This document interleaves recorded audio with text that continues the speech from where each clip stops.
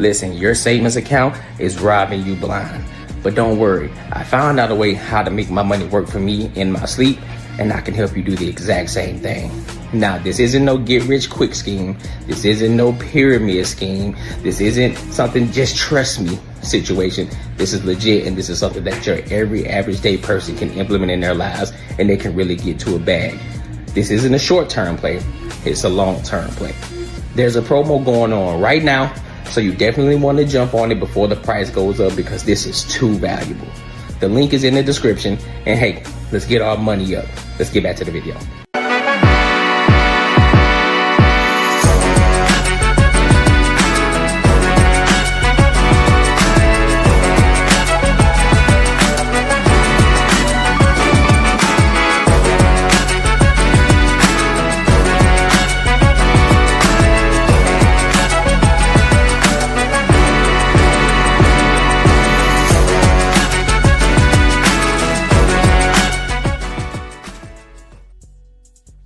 What up, what up, what up? Welcome to another show, one of the dopest shows on YouTube, where we talk about everything under the sun as long as we get back to the money, real conversations, and real solutions. I'm your host, Courtney Edgar. Yeah. Listen, we got some fire topics for y'all tonight. We're going to be talking about Truth Hurts. He got this woman on his podcast and she talking big money. You hear me? She talking big money. We're going to dive into that. Glorilla sister, she out here being a family member. I'm just going to say that much. Then we're going to dive into the pivot. Channing Crowder out here talking crazy, saying some egregious stuff. And then we're going to talk about the money, of course. And then we're going to dive in. You know, we're going to have a little fun with Pop the Balloon. I ain't did a pop the balloon reaction in so long, but we're going to do it today. Now, I want to go ahead. Matter of fact, also, we're going to be talking about Nia Gonzalez, too.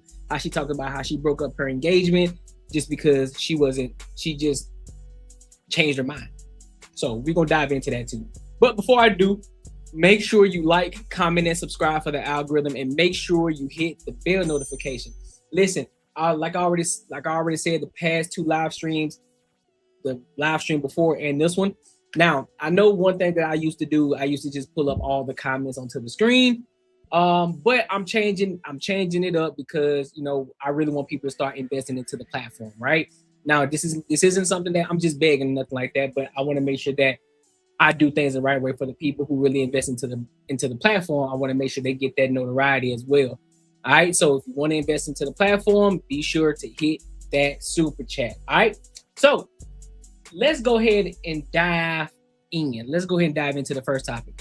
I want to talk about Truth Hurts. I want to talk about his podcast. So that was a clip that I saw on TikTok. And there's this lady, she's talking about, I'm single because these men are weak. She said these men are weak. And she's not impressed, you know, and she refuses to go 50-50. Aren't a lot of ladies? What makes her different? All right, but we're going to dive into it. So let's go ahead and rock out.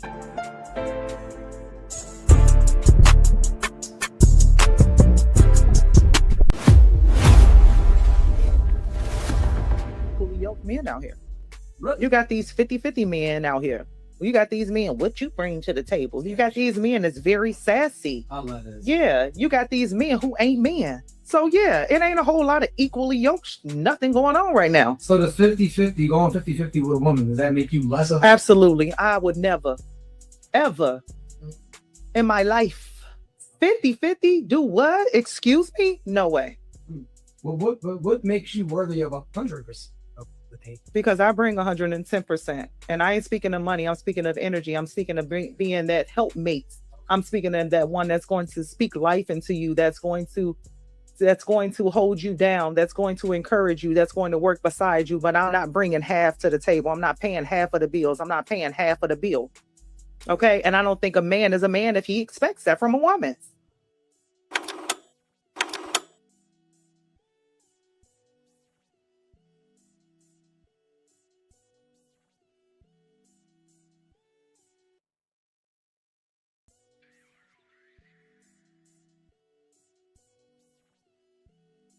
Not a whole lot of equally yoked men out here. Really? You got these 50-50 men out here. You got these men, what you bring to the table. You got these men that's very sassy. I love this. Yeah.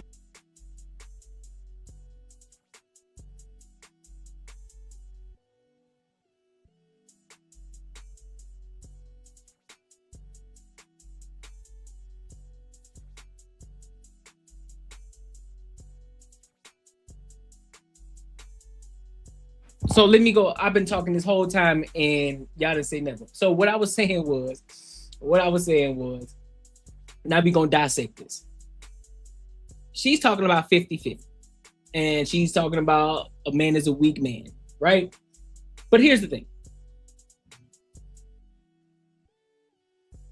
The reason a lot of these men are going 50-50, or they even claim, they even talk about going 50-50, is because these modern day women aren't worth doing the 100%, or they aren't even worth a man wanting to level himself up to go to the next level, right?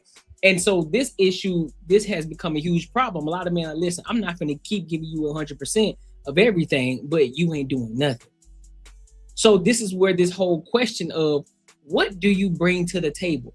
Why is it that me as a single man, I'm making money, I'm living life, I'm doing my thing. What is it about you that would make me want to leave this dating market in order to commit to only you?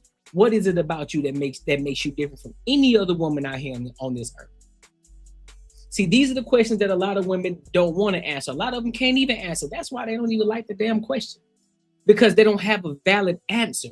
So they'll say surface level shit, or they'll say something that's so broad that you can place anything. So she said that I'm a woman that I speak life into my man.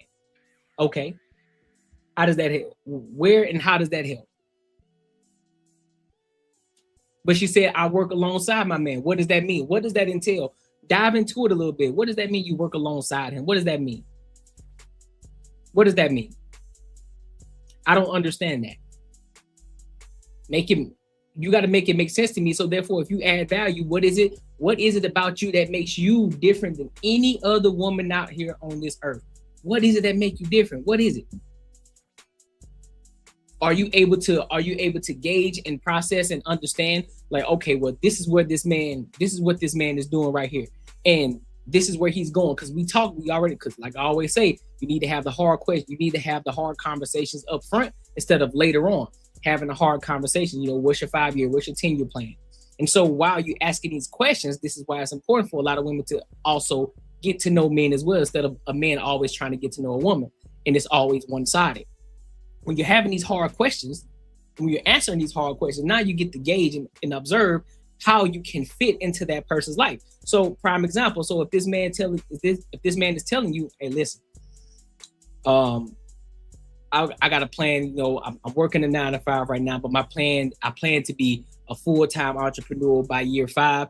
This is what I'm doing. This is what I plan on doing by year 1. This is where I need to be by year 2. This is where I need to be by year 3. This is where I need to be by year 4. And so while you're listening to him and he's explaining where he's trying to go, you need to figure out how you can help and add value to him.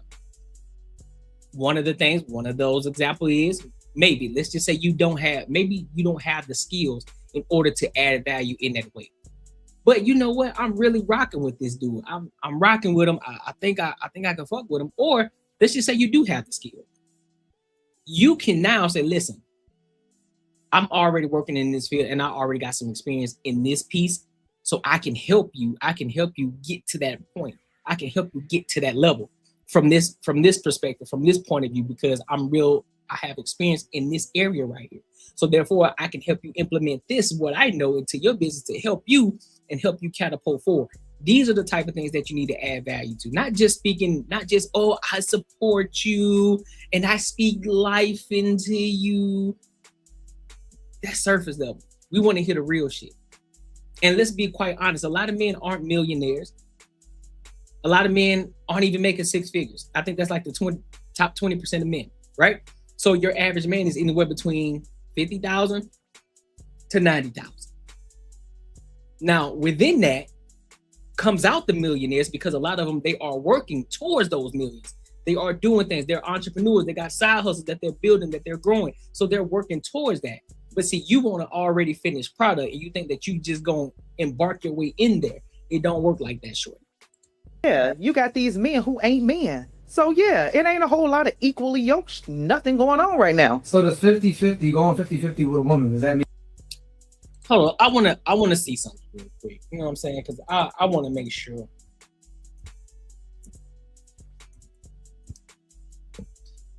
So the term equally yoked, right, that she used twice already. Equal yoke refers to a partnership, often in marriage or relationship, correct, where both individuals share similar values, correct, beliefs, correct, and goals. Yes, it is derived from the biblical passage in 2 Corinthians chapter 6, verse 14, which advises against being unequally yoked with non-believers. Being equally yoked emphasizes the importance of having a shared faith and purpose, which can lead to more harmonious and supportive relationship, right? So, understood. So she's using the term properly, right? So she's saying that, listen, I don't want to be 50-50. I want a man who also don't want to go 50-50. I want a man that goes 100%. Fair enough. Make you less of? Absolutely. I would never, ever in my life 50-50 do what? Excuse me? No way. Well, what makes you worthy of 100% of the take? Because I bring 110%. And I ain't speaking of money. I'm speaking of energy. I'm speaking of being that helpmate. I'm speaking of that one that's going to speak life into you, that's going to hold you down, that's going to encourage you, that's going to work beside you. But I'm not hold him. How you gonna hold him down? So what if the case? Let's just say that this high earning man who's making 6 figures, right, or who's making enough that way that you can maintain your lifestyle as well as he can pay 100% of the bills.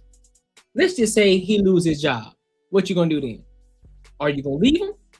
Are you gonna stay? Are you gonna work alongside him? What is it? Are you gonna support him? What does that look like? What does it look like in the event that happens?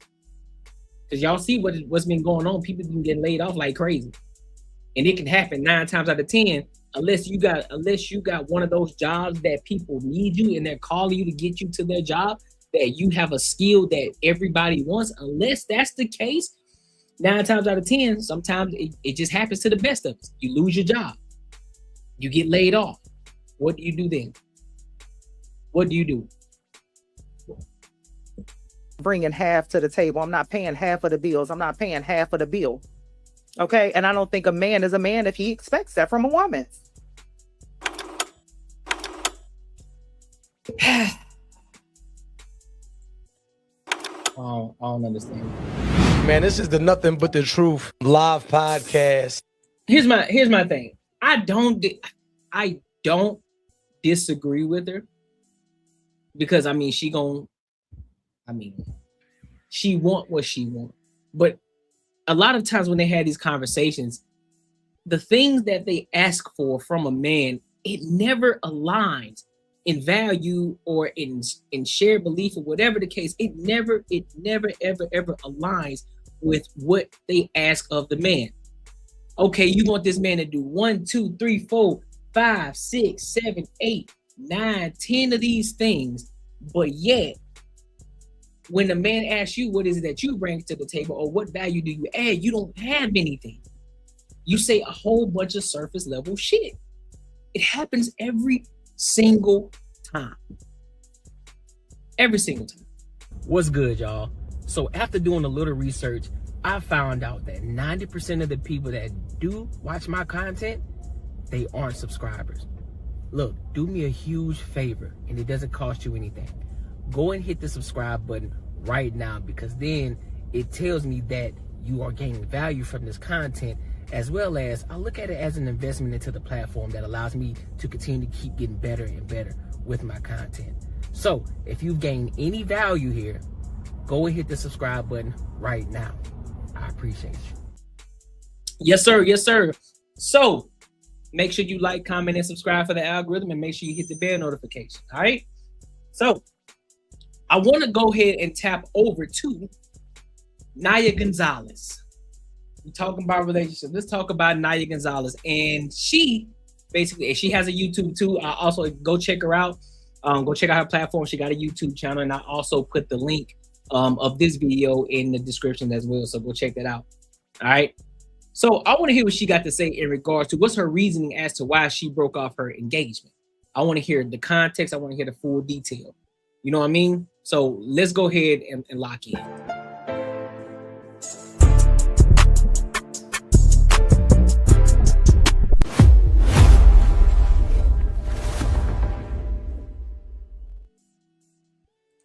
With the internet. I always said that I was never going to be the kind of influencer that only shares the good parts of my life. I've been able to build a platform because I'm authentic. It's really important for me to own my narrative instead of letting people assume and start rumors. Ending my engagement was the hardest thing I think I've ever had to do in my entire life. It's really not the breakup itself that's hard, but it's also having to like break up with the idea of the future that you planned and grieving that too. And at this big age, 31 years old, it feels like your clock is ticking faster and faster. I think that if sharing my story helps just one person, then it's worth it.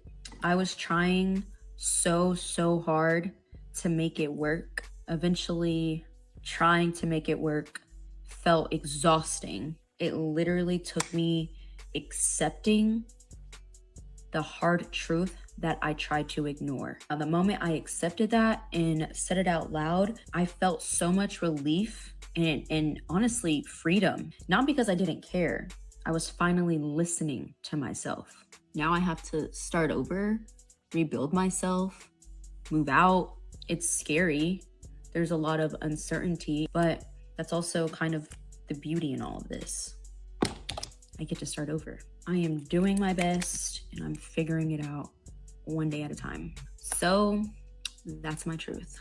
Love you. Bye. So hold on. I'm gonna play this again. I wanna make sure that I'm not missing anything here. I wanna play this again and see what the reasoning was as to why she broke off her engagement. So we're gonna watch this again.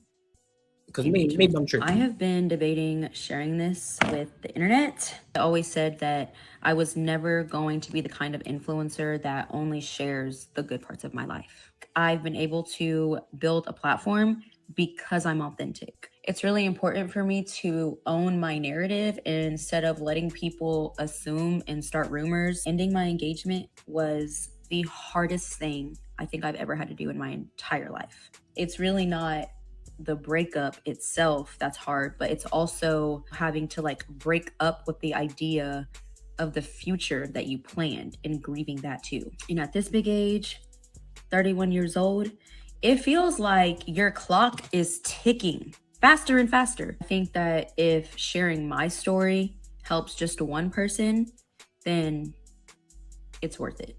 I was trying so hard to make it work. Eventually, trying to make it work felt exhausting. It literally took me accepting the hard truth that I tried to ignore. Now, the moment I accepted that and so you're not telling us anything. What is it? What was the reason? What was the reason for you to leave this relationship? Because you're saying that it was hard. It was not necessarily to leave the relationship. It was hard because you had to start over. Give us some context. Since you are authentic, that you say that you are, what is it what's going on? Now, mind you, I'm glad you did it before you got married. I would say that. At least you realized it before you got married, and then you're breaking up a home, right? But my thing is this though. Why did it take so long for you to figure out that you didn't want to be married? Who was in your ear? What were you listening to? What were the things that were being said that kind of sparked a light bulb in your head? Like, I don't think I want to get married. What was it? I'm genuinely curious. I'm not talking bad about you. I just want to understand. I'm just trying to understand something. I truly want to understand what's going on. because it just sounds like a bunch of words, Sally. I'm gonna be 110% honest with you. All of it sounds surface level. Now I get it. It's content creation. You know, you gotta leave a little bit of mystery behind it. You know what I'm saying? For the engagement, for people to talk. But okay. Did you give the ring back? I'm curious. Said it out loud, I felt so much relief and honestly freedom. Not because I didn't care. I was finally listening to myself. Now I have to start over, rebuild myself, move out. It's scary. There's a lot of uncertainty, but that's also kind of the beauty in all of this. I get to start over. I am doing my best and I'm figuring it out one day at a time. So that's my truth. Love you. Bye. I'm on the fence. I'm on the fence about this. I really am. I'm on the fence. I'm 110% on the fence about this. What else? No. And the reason that I am on the fence about this is because I can't blame her because she wasn't married. She was engaged, but they weren't married. So that knot wasn't tied yet, right?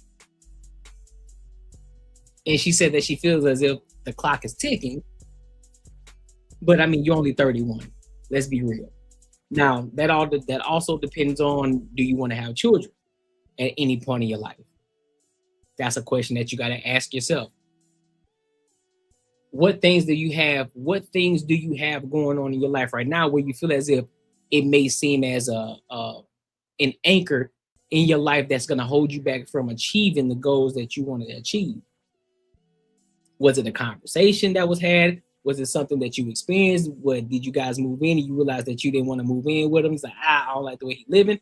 What was it? Was it a lie that popped off, or was it just something you just woke up one day and you just say, you know what? I don't think I want to be married. Like, what is it? What is it? I'm trying to understand this. I truly am trying to understand what's going on here. Because one thing that I know, and studies have shown, that if you're doing this because you think that you can make it in life on your own, cool, do your thing. But you do know you become 3 times more successful when you're married versus when you're single. Financially, 3 times more successful when you're married versus when you're single. Now I know there are a lot of single people like, well, I'm single, I did it. Cool. Now 3x it if you were with somebody. Now equally yoked. 3x it. If you're making 100,000 and you 3x it, guess what? That's 300,000. It's pretty good, isn't it? More money, more money. Just saying. But hey, shout out to her though. Shout out to her, and you know, I wish her the best on her endeavors in the single life. I hope that she gets whatever it is that she's looking for and whatever it is that she wants in life. And I am glad that she did it before they actually got married and then come to the realization, you know, they married 11, 15, 20 years and all of a sudden she realized that she was in the wrong place type shit. You know how a lot of these people are doing right now, being in these damn long ass marriages and all of a sudden they want to get a divorce. Yeah. So I applaud you for that. I applaud you for realizing it before you actually tied the knot. So shout out to you, man. Shout out to you. But make sure you like, comment, and subscribe for the algorithm, and make sure you hit the bell notification, dog. Aight? What's good, y'all? So after doing a little research, I found out that 90% of the people that do watch my content, they aren't subscribers. Look, do me a huge favor, and it doesn't cost you anything. Go and hit the subscribe button right now, because then it tells me that you are gaining value from this content, as well as I look at it as an investment into the platform that allows me to continue to keep getting better and better with my content. So if you've gained any value here, go and hit the subscribe button right now. I appreciate you. Yeah. Listen, make sure you like, comment, and subscribe for the algorithm, and make sure you hit the bell notification, all right? So And also make sure you tap into the super chats as well. Support the platform. Support the platform. Support the platform. My dog. Let me read these comments real quick. Oh yeah, I absolutely did. I sure did. Got this thing cut. You feel me? It sure did. Sure did. I'm coming up on a new haircut. Need one in a minute. But yeah, I appreciate you. All right, so I want to go ahead and move over to this next topic. Let's talk about Glorilla and her sister.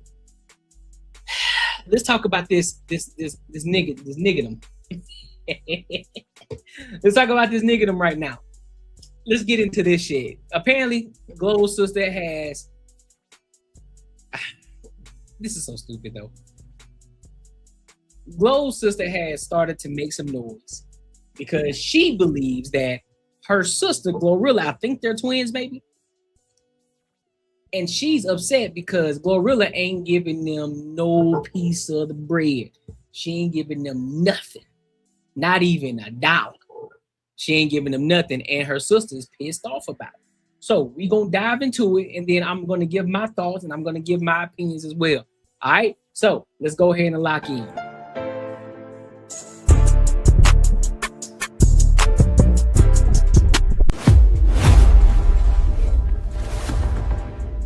Just your grievance that you feel that your sister has an obligation to share the wealth.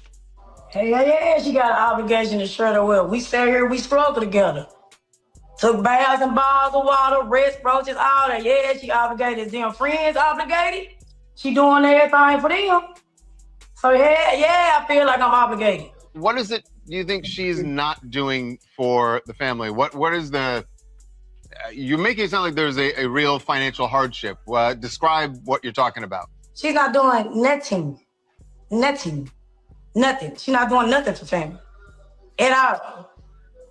She do little oohs and ahs for our parents or whatever, but barely nothing because my mama still clocking the clock at FedEx. Oh, she don't want to work. Gloria got y'all believing this fake ass, imaginary ass thing where she retired them. No, she did not. My dad retired because his time was up. She's supposed to have retired my mama, but she didn't. My mama still clocking the clock at FedEx. Why does she owe it to you to support you and to support the family beyond what she wants to do? It's her money, right? Because don't go on no interviews, talk about our struggle. You want to do that. That's not right. You don't sit here and talk about struggles, sit here and struggle with. It's not one sibling, you got 9 other siblings.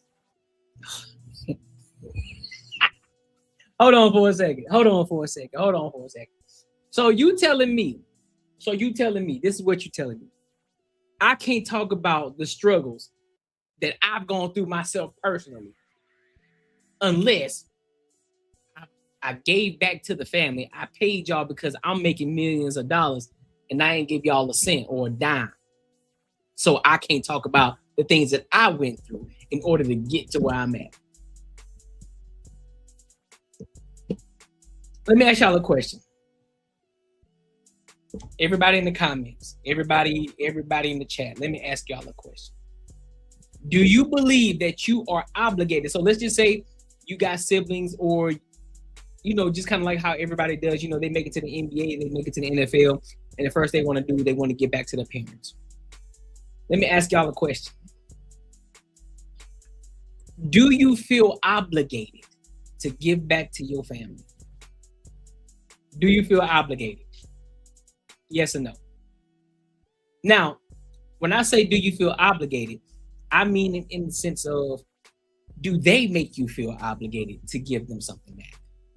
Or is it an obligation for you and an appreciation from you to give back? But they don't ask for it. They don't ask for it at all. Which one is it? Is it an obligation for you mentally? Or is it an obligation from your family that tell you, listen, bro, why you ain't giving us no money? Because you out here doing crazy. You out here making millions. You ain't giving us nothing? What side of the fence are y'all on this one? I want to know. Y'all let me know in the comments what y'all think. Let me know in the comments what y'all think about this. Bull City says, not unless they contributed to the success. That's a fair assessment. I also agree. She get her money just because she got plenty other in Memphis. She getting money to. I got 2 siblings staying down there Facts, in Atlanta with her. That she treat them like housemaids. Y'all keep on painting this picture like she's just a good person, an upright person. She's not. So here's something that Glow pretty publicly did last year when your dad, you said he retired. His time was up, so he retired. And she bought him a brand new Jaguar as a retirement gift, right? And we saw this back in November. I mean, that's pretty nice to give someone a Jaguar, no? Yeah, what picture of the Jaguar do you have? I just know it's a white Jaguar. What picture? What evidence do you have of the brand new Jaguar? Are you saying that the Jaguar was not? She didn't actually give him a Jaguar? It was nowhere near new. What evidence do you have of that brand new Jaguar? There's an Instagram video and of of course, she gonna try to make it look good for y'all. My dad over there broke as a mother right now. Let's say she has $2 million. How much of that does she owe to you and the rest of the family of that $2 million? She can get all of it like $2,500 a piece. How much? $2,500. 25.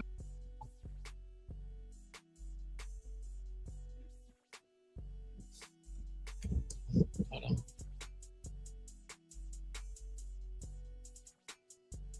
Just give me a second.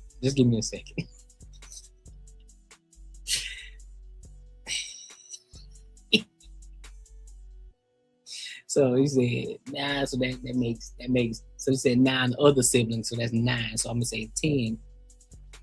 So that's 12 people, right? That's 12 people. Because she said earlier she said they got 9 other siblings, right? Plus her makes 10, and then plus the parents makes 12.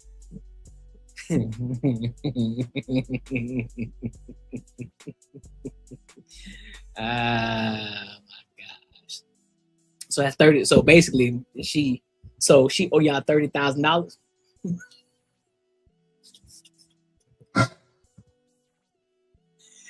Get her ass off the camera, bro. Get her ass off the camera. Because you mean to tell me you making all this fuss over $2,500? $2,500. You making all this fuss. And yet I see you with this Polo Ralph Lauren sweater on. You got multiple tattoos. I know them hoes ain't cheap.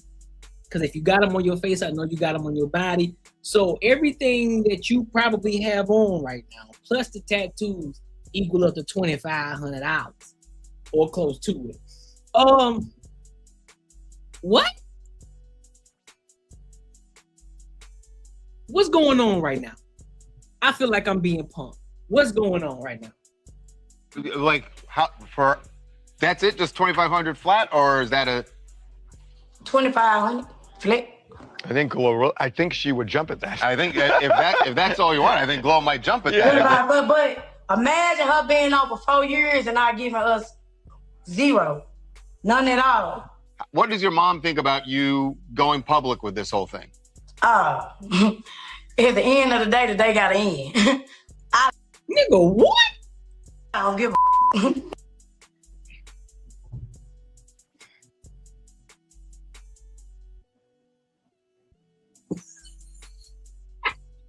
Niggatromics. She just did Niggatromics. 12 people. She said she owe the family $30,000. Niggatromics. What the fuck is going on?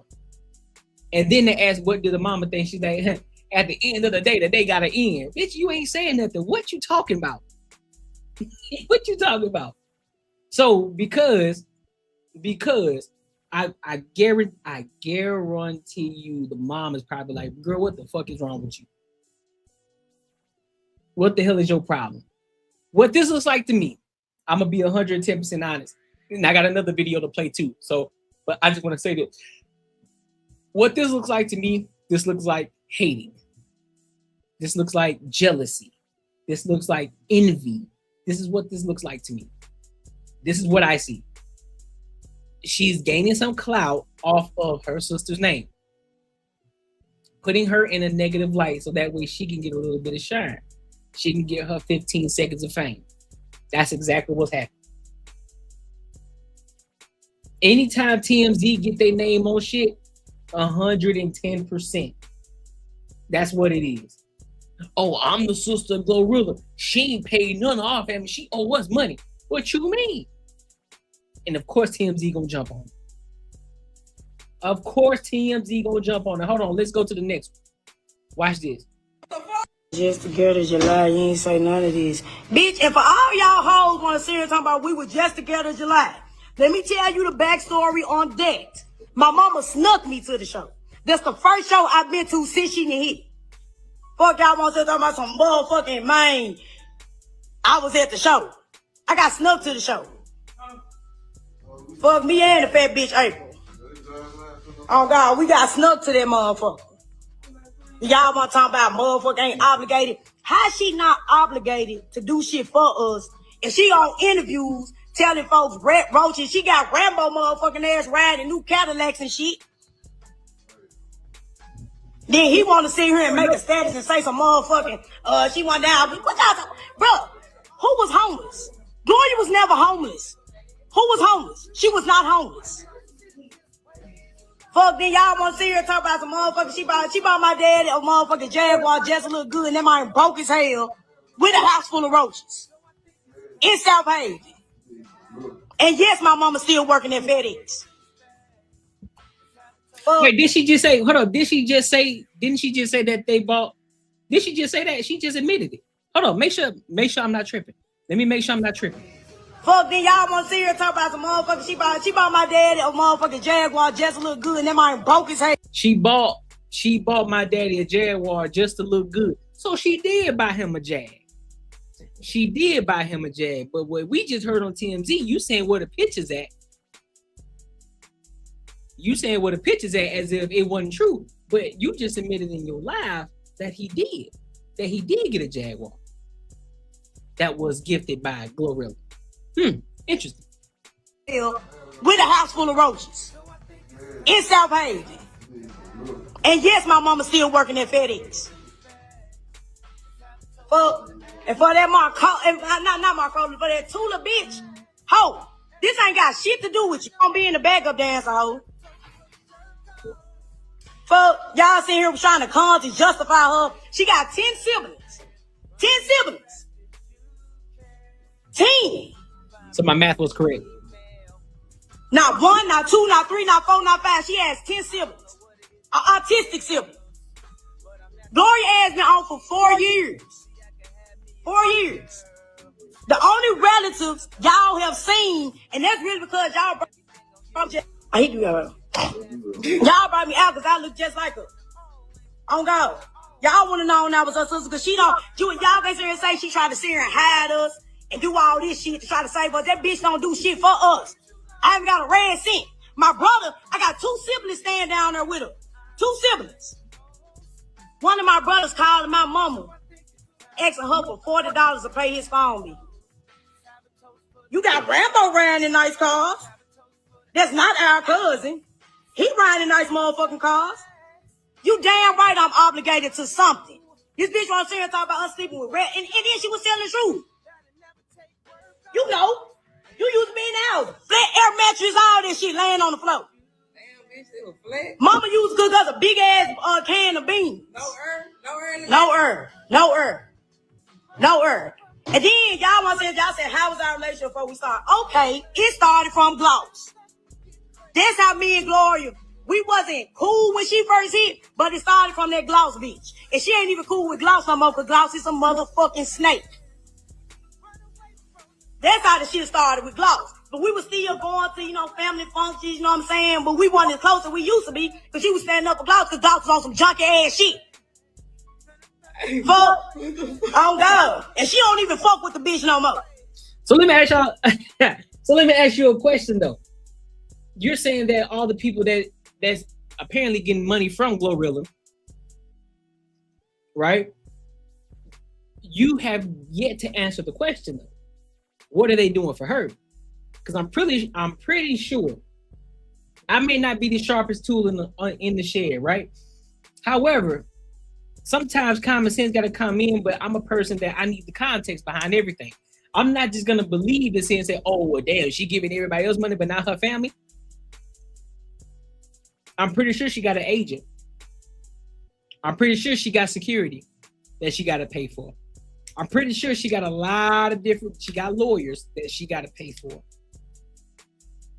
Pretty sure she got a PR team that she got to pay for. Label deals that she got these labels that also taking money from her. So realistically speaking, she may not be packing like that. Let's look at it real quick.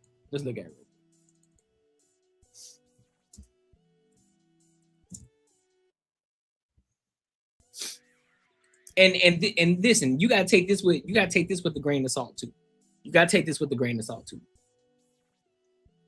Glorilla has estimated net worth of $5 million as of 2026. According to multiple sources, she rose to fame in 2022. So you take all of that into consideration, minus we ain't even mentioned taxes yet.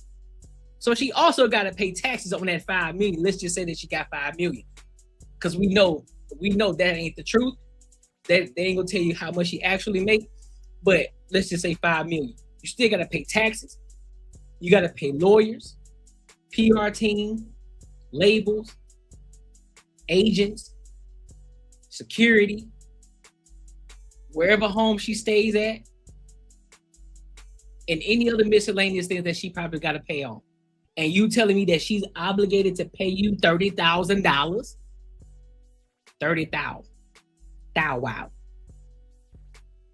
And then, mind you, that doesn't even say that if she might even have investments. Who knows? We don't know. But we just gonna go based off of the surface level things that you typically would have as an artist.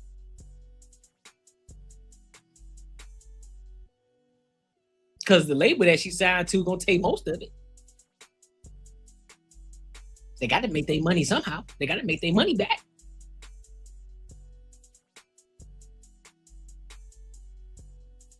Let me see. Let me make sure before I put my own foot in my mouth. Let's see. Is Glorilla signed to a label? Let me see first.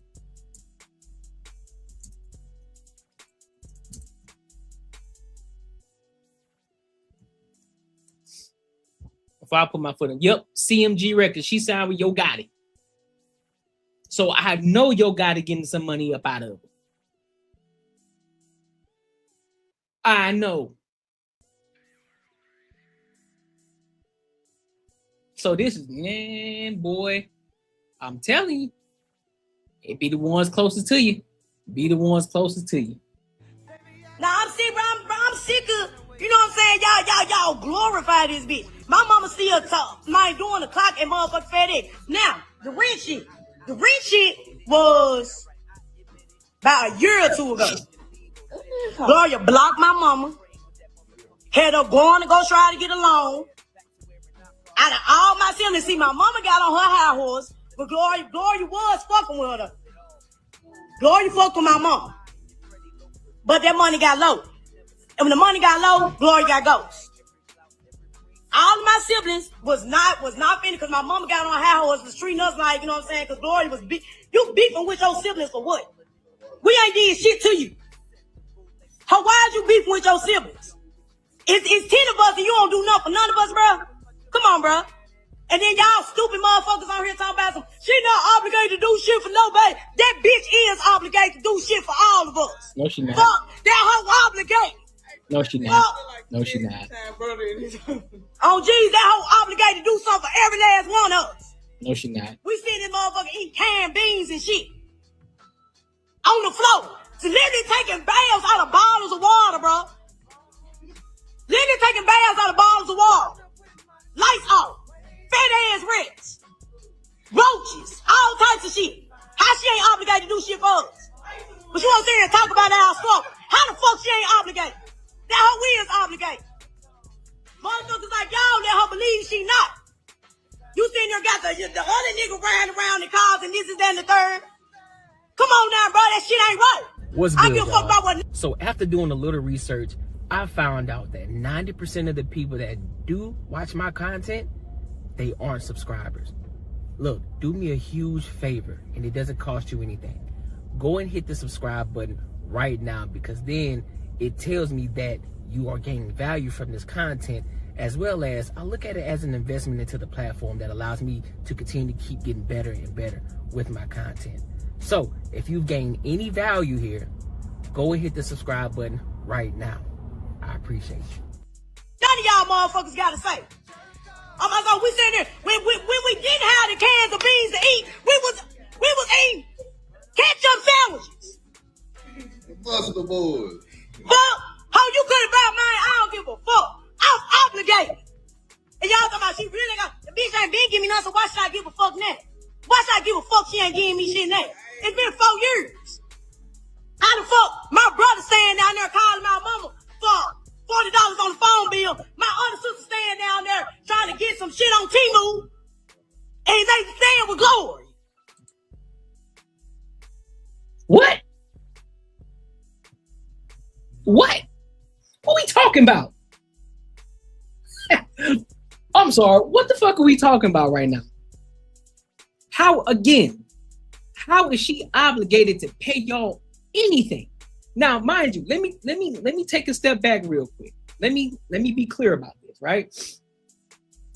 When the Courtney Edgar show blows up, because it will, when we got brand deals rolling out the ass over here, and the numbers are going up, the subscribers, the watch time, the money on the back end, all that shit that we gonna be making, right?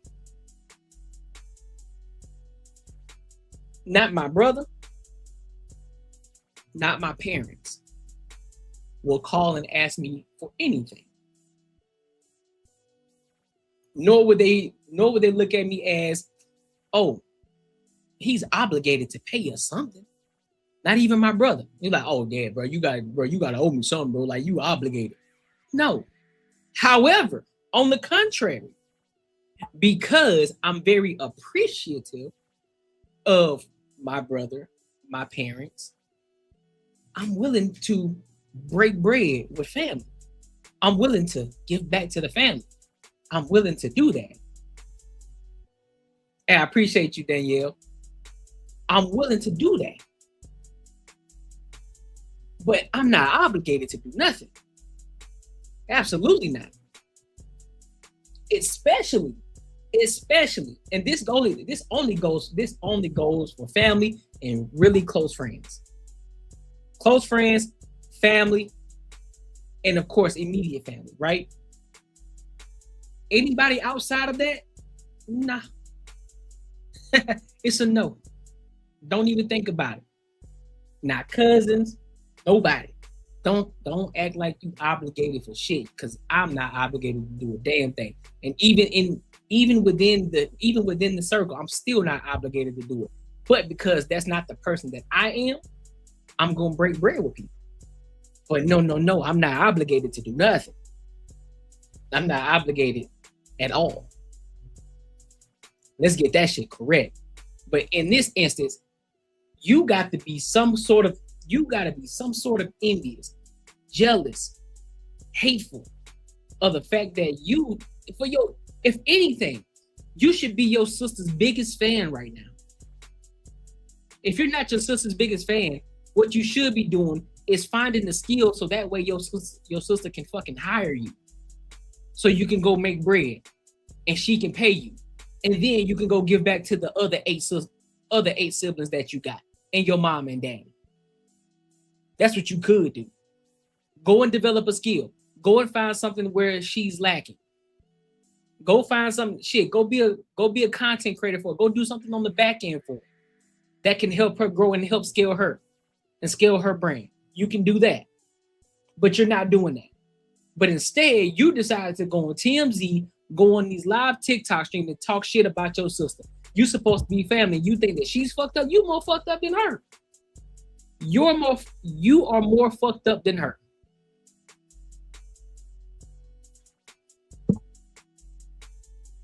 because she got some sort of fame, that don't mean all y'all coming with her. Everybody can't go, bro. Everybody can't go. What you should have been doing right off the bat, like, ooh, shit, hold up. My sister, she out here, she a celebrity, she got this fame. Let me find something that I can do, or let me hit her up. Hey, sister, I love what you're doing. I love what you got going on. Listen, what skill do I need to learn, or what's something that I can do? That way I can rock with you and roll with you and get paid too, because I want to get paid too. I don't want to take away from you. I want to get paid. I want to do something that's valuable to you, that's going to help you grow, that's going to help you continue to keep rising to the top. How can I help you? But you ain't do none of that shit. And you talking about she's supposed to be obligated. Fuck out of here, man. But she got all these motherfuckers around her. Sanchez wants you get your ass beat. And you brought her back. Sanchez wants you get your ass beat. Talk about that. When Kalia stomped your ass. And now you're talking about fighting. But you brought this bitch on the stage with you. Fuck. You want to talk about some shit? The Sanchez bitch? Yes. I'm talking about what the fuck I want to talk about. Princess, don't be starting this. But we not obligated. Y'all talking about you just could have reached out to her. How many times have I reached out? I reached out to this bitch twice. I reached out to this hoe twice. In 4 years? Twice. In 4 years? Got a brother working at TJX. I got a brother who been seeing this motherfucker man suffering. But you got the next nigga at weed farms and all this shit. You got the next nigga doing this. But you want to sit here and talk about our struggle. And bitch, you was not homeless. You was not homeless before you hit. Stop lying. You could have stayed with my mama or my daddy. You just wanted to be fucking all damn day. And they weren't going for that shit. Let's be real. You was not homeless. Fuck. Y'all glorify her ass though. Y'all glorify her ass though. Cause she ain't doing shit. My mama still bro. My mama still clocking the clock at FedEx, bro. On God. My dad is still struggling, bro. On God. She make up. I call this man right now. I call this man. This man ain't got no motherfucking money. But you retired, damn. You did not retire shit, bro. You left my mama out here. You left our mama out here. Fuck. You want to talk about some shit? You're damn right. And I'm obligated, bitch. All them other hoes obligated. Fuck. Yeah, I called this hoe. I'm like, Gloria, can you fuck with me? I text her. Ask her, could you fuck with me and give me some bread? But now I lost my job and shit. This motherfucking, she ain't respond. She ain't respond. Then I got robbed for being known as her sister. And I got robbed for my shit, because she ain't gave me shit. 4 niggas sat here and robbed me in Orange Mound because of you, bitch. Well, where's she working at now? That's my question. Where you working at now? You must not be working. Because this not making sense to me, bro. This is not making sense at all. Y'all calling, needing help. Where you working at? What are you doing with your life right now? Instead of talking shit about your sister, instead of actually supporting her, putting out all the dirty laundry, regardless if she did it or not, that is not supposed to go in public. You are not supposed to be talking about that.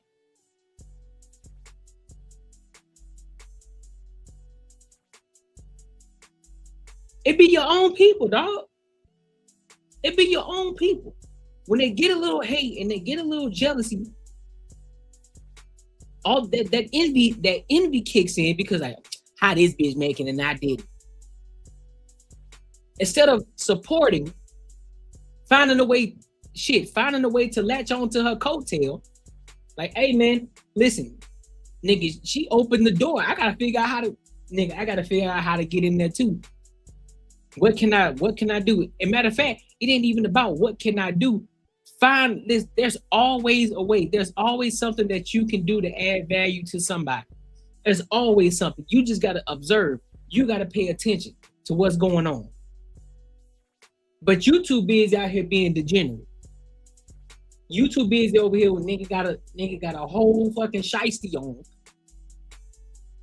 Y'all talking shit on. I'm pretty sure this is a TikTok live that you on. Y'all talking mad crazy about your sister right now. Mom Deuce over there going to work every day, and what? Dad done retired, so what? She bought him a Jag. It is what it is. What you should have did said, Dad, go sell that cost and then just break bread with everybody. No, y'all ain't obligated, bro. No, you're not. I don't care what you say. You're not obligated to. Now you over here begging? Nah, big dog. And you talking shit on top of it? Nah, fam. You ain't gave me a motherfucking thing. Nothing. You ain't got none of us nothing. The same motherfuckers who you was sitting there eating ketchup sandwiches with. Ketchup sandwiches? Fuck, oh man, if I got 500,000, bro, I'll at least give my siblings 10K a piece. On God.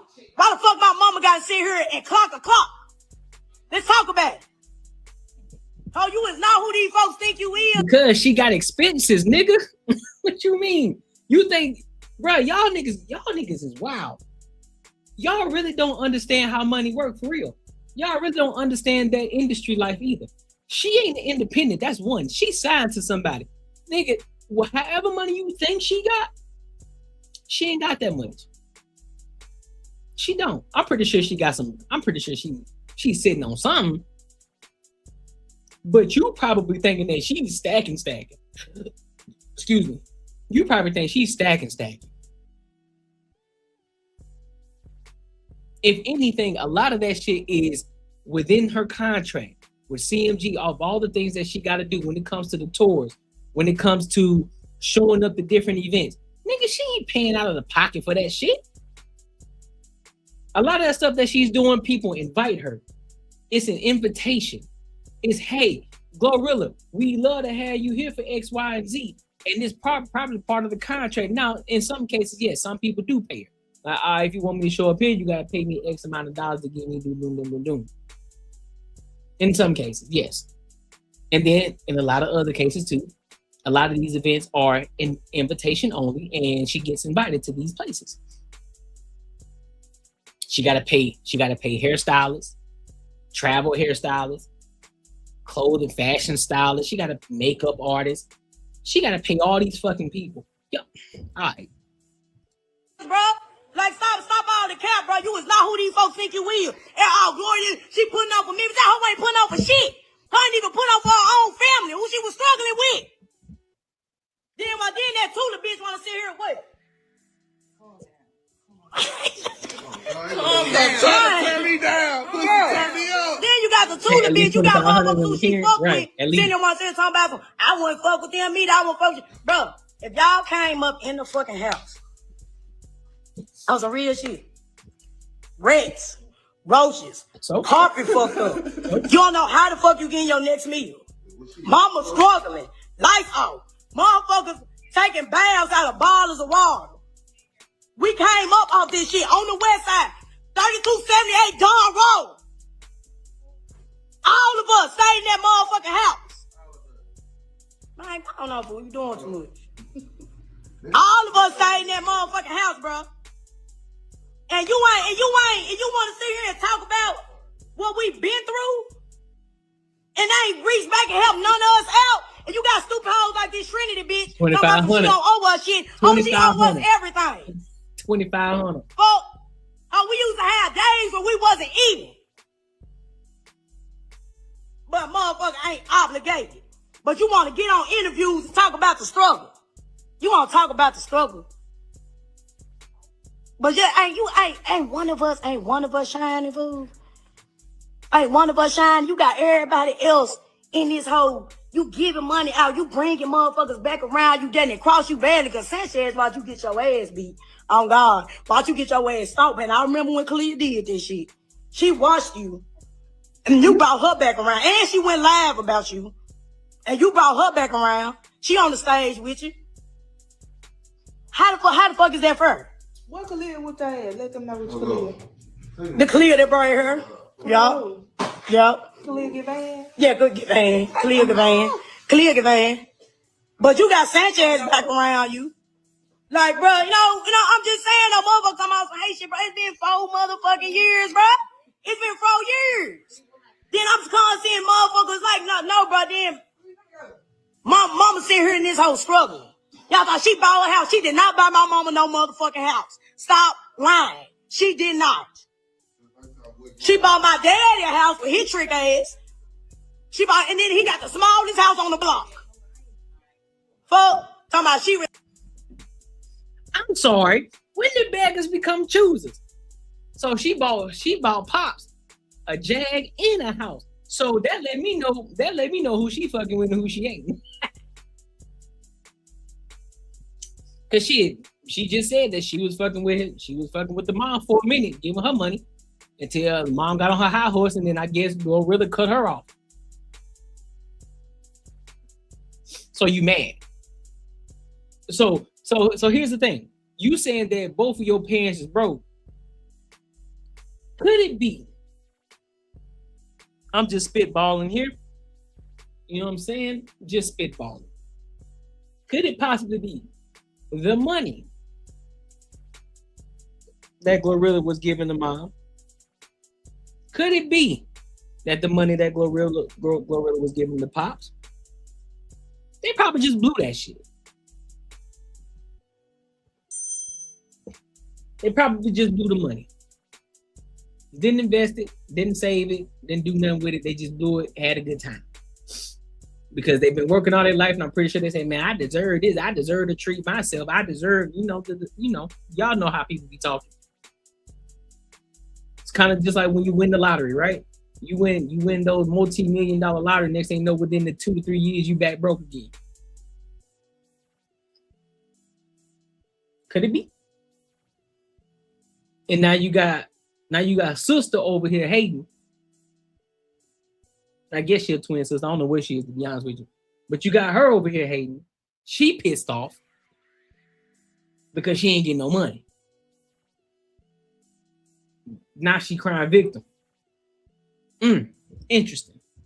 Retired. That man retired on his own time, and she didn't retire shit. 2,500. On God. 2,500. Fuck. 2,500. And now y'all know what Gloss did. How did she got? Man, so look, all of us been struggling. We was homeschooled. All of us staying in the same house, 3rd through 7th, they darn right homeschool, could not come out the fence. We could not come out the fence, bro. You remember? You remember, right? We could come out the fence. I used to sneak my best friend inside the motherfucking house. When all of us, when we got adult, we became adults.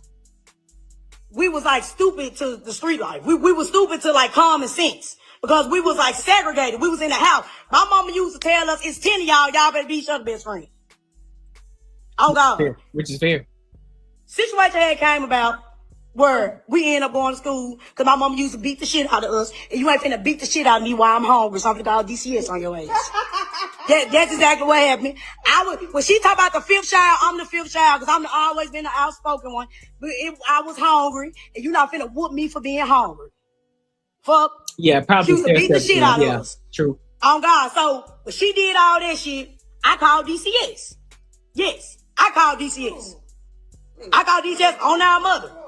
I got tired of getting booked for a extension cord for petty shit, but we ain't gonna get too much into that. That's how we got in public school. That's the exact reason why we got in public school. When we got in public school, that's how we got over. We was lame as hell. 30K hoes. We was lame as a motherfucker when we first was going to school. Put that shit on the floor. We was lame as a motherfucker when we first went to school. All of us. We wearing FUBUs. Payland shoes. You know. My friend right here, she took me lame or not. Oh God, that's how we got in the opening with that shit. I'm the reason this bitch who y'all clout, the reason why y'all think this bitch is who she is. What? They say you still hungry. What the fuck? Hell yeah. Said, where my shine man? Send me some chimes. Fuck, hell yeah, I'm still hungry. She ain't fucking with me. Help me get my teeth fixed. Bitch. Fuck, help me. Fuck. Yeah, I'm still hungry. Okay. we end up going to public school. I did that shit. I went in state custody, blase, blase, woo, woo, woo. I am going back to the house or whatever. We got put in public school. We got a taste of real life. Look who showed up. Because we were segregated in the motherfucking house. My mama, but we weren't stupid when it come to book smart. Like, man, we ain't no shit. I got my ass beating the motherfucking bathroom, getting put down the free money. Did I not? What up, Joe? Didn't know how to fight or shit. So then my mama I end up getting grown. Cause right now Gloria is what? How old that bitch is? Like 26. I'm 30. I was grown. So when I was grown, oh, you big man, and you older, you 30 years old, and you big man at your baby sister. I got you, Joe. I hear you. You a big old 30-year-old big man at your little sister.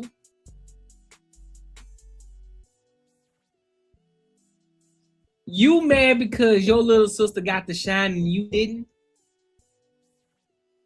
That's what you mad at. That's what you mad at. You like, why her and not me? That's what it sounds like. Why her and not me? And it shows why. It shows exactly why. What you mean he? That ain't no he. That's not a he. That's a she. That's a she.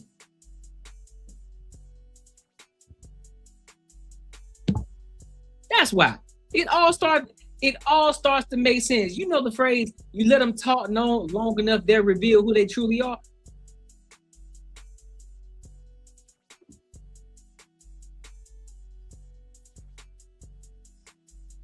I was at the house because I was constantly rebelling against my mama, all this shit, blah, blah, blah, woo, woo, woo.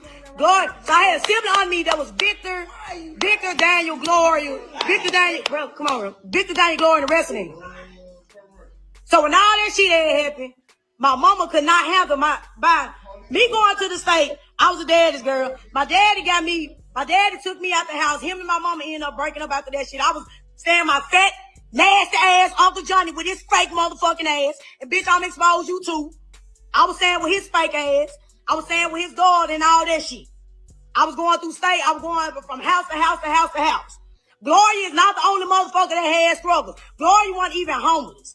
Well, let's talk about when you was 16, you was taking our daddy tags off his car because he wouldn't take you nowhere. Stop that shit, bro. Stop all this capping for the internet. Acting like that. You not, bro. We're not no gangsters, hood, or none of that shit. We was brought up in church. On Jesus. Son up, son. Hold the fuck on then. Why you talking like that then? Well, why you talking like you hood, like you ratchet, like you ghetto? Why you doing that? Why you got all these tattoos then, huh? Why you got the lineup tattoo right here? Why you got the tattoo over your face? Why you got all that then? Why you looking like a whole YN out here in the streets?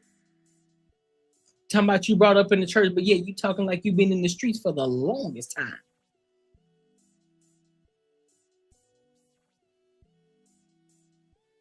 And that's probably why. And it's going to show, because didn't she say that she wasn't fucking with her? Didn't she say that Glow wasn't even fucking with her at a point in time? So that could be it. So she probably didn't fuck with you. So that's probably why you ain't getting nothing. And again, I'm gonna continue to keep saying it. You hooping and hollering over $2,500. $2,500. If anything, if you're gonna make all this noise, my G, you should at least be hollering for at least $100K. At least. But you said, all right, Joe. You said all 12 people, $2,500 a piece.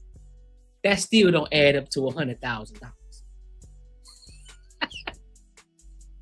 I'm down reading the Bible. I know the Bible like the back of my hand. I don't know why I'm the way I am now, but that's just how it is. So when Well, that When answers my that. motherfucking ass, when I was out, so my mama started struggling bad. My dad ended up leaving. He a sorry ass nigga.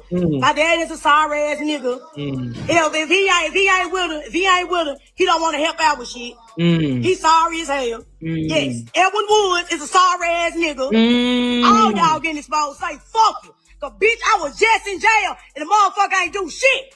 Let's talk about it. Now again, let them talk long enough, more things get exposed. You was in jail. You got a lot going on in your life. You probably was around the wrong people. You had that envy in your heart. You had that jealousy in your heart. And so Glorilla removed herself. That's what it sounds like to me. So now you feel some type of way and you think that she should fuck with you because she used to do things when she was 16 years old. All of us did stupid shit when we were 16 years old. Even those who grew up in the suburbs, even those who grew up in a rich home, even those growing up in the hood, they do stupid shit at the age of 16. We all have done something dumb at the age of 18. At 16, I'm sorry. At the age of 16. And you mad. Wow. That's crazy. Yeah, you came. We're gonna put everything on the floor. Fuck. He's a sorry ass trick. My daddy, yes. So when he ended up leaving, my mom was doing shit on her own. My mom was doing shit on her own. She started struggling. Lights started getting turned off. I was there partying when the lights were getting turned off and shit. We had rats. We had pregnant rats. The rats were fucking pregnant. And we used to feed the goddamn rats. We used to feed them. So you was partying. You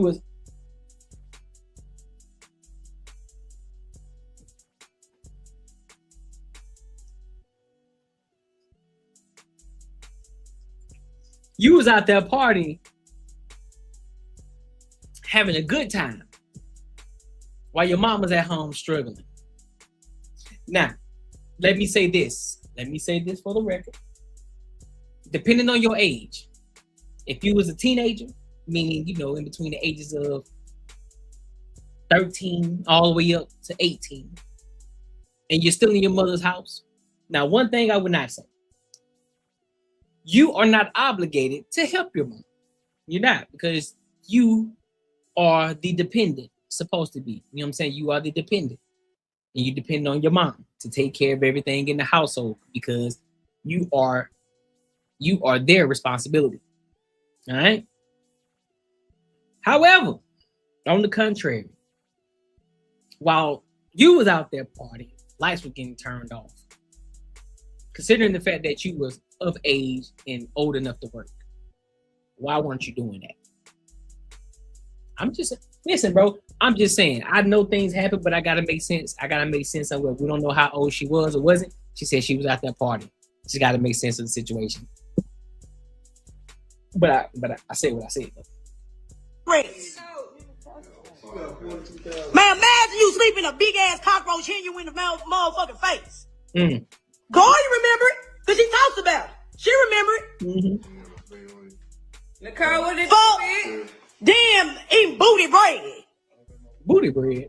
Fuck, bro, y'all don't see. That's what I'm saying, though. Y'all gonna try to talk about motherfucking not obligated. Y'all don't know everything we've been through. Like, motherfucker was in that hole. Mama was strict as hell and not feeding us. The fuck? Yeah, no. You strict as hell and not feeding us, bro. Yeah, no. But I ain't saying this because she could. Well, she could have made a better life for her kids. She could have made a better life for her kids. But we was like real deal in there. I'm talking about eat Taco Bell packets. No. Eat Taco Bell, eat ketchup packets. Algorithm, yeah, all that. So, Gloria, you know all this struggle we've been through. How yes, we sir. used to sit here and hate our mama, fool. Because not only would she take care of us, when she fell down hard times, she had so many kids, but then she was segregating us. You know that. And we got out of there because of what I call DCS. That's how the fuck we got out of there. We're going to be anything. We're going to be for real. Yes.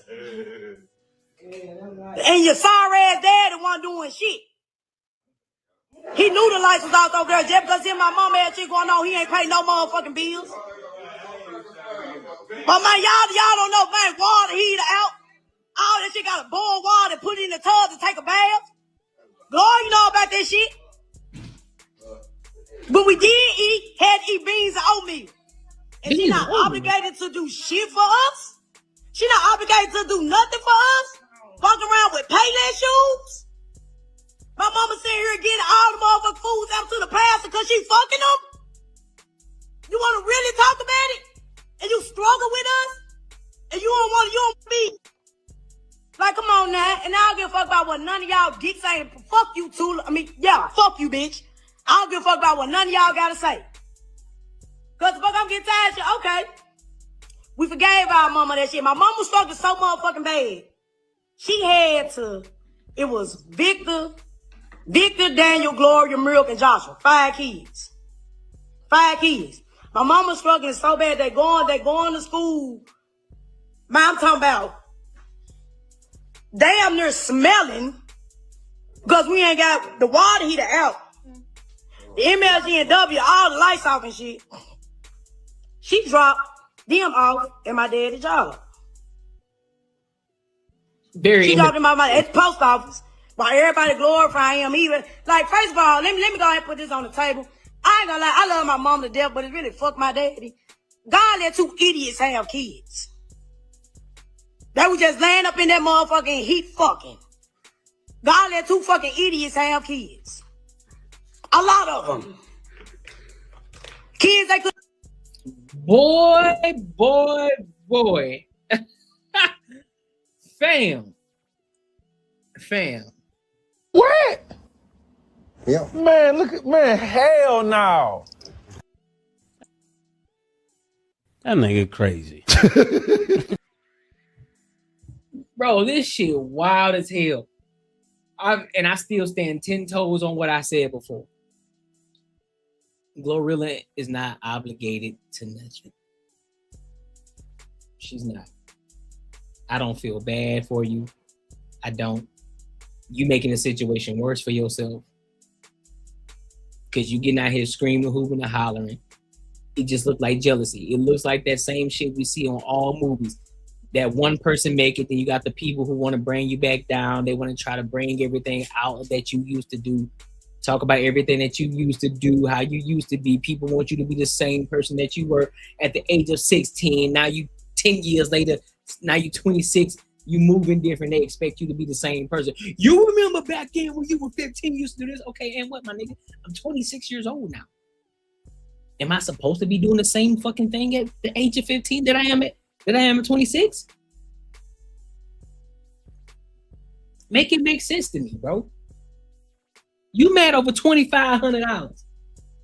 $2,500. You mad at $2,500. You feel me? God ain't got nothing to do with this. God ain't got nothing to do with it.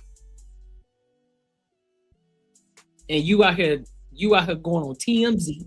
You out here going on all these different platforms, out trying to out everybody. Thinking you still finna get some bread. Boy, you better sit your ass down somewhere. That's a fact. You better sit the fuck down somewhere. Just stop. But this is why though. This is the reason. This is the reason you can't take everybody with you.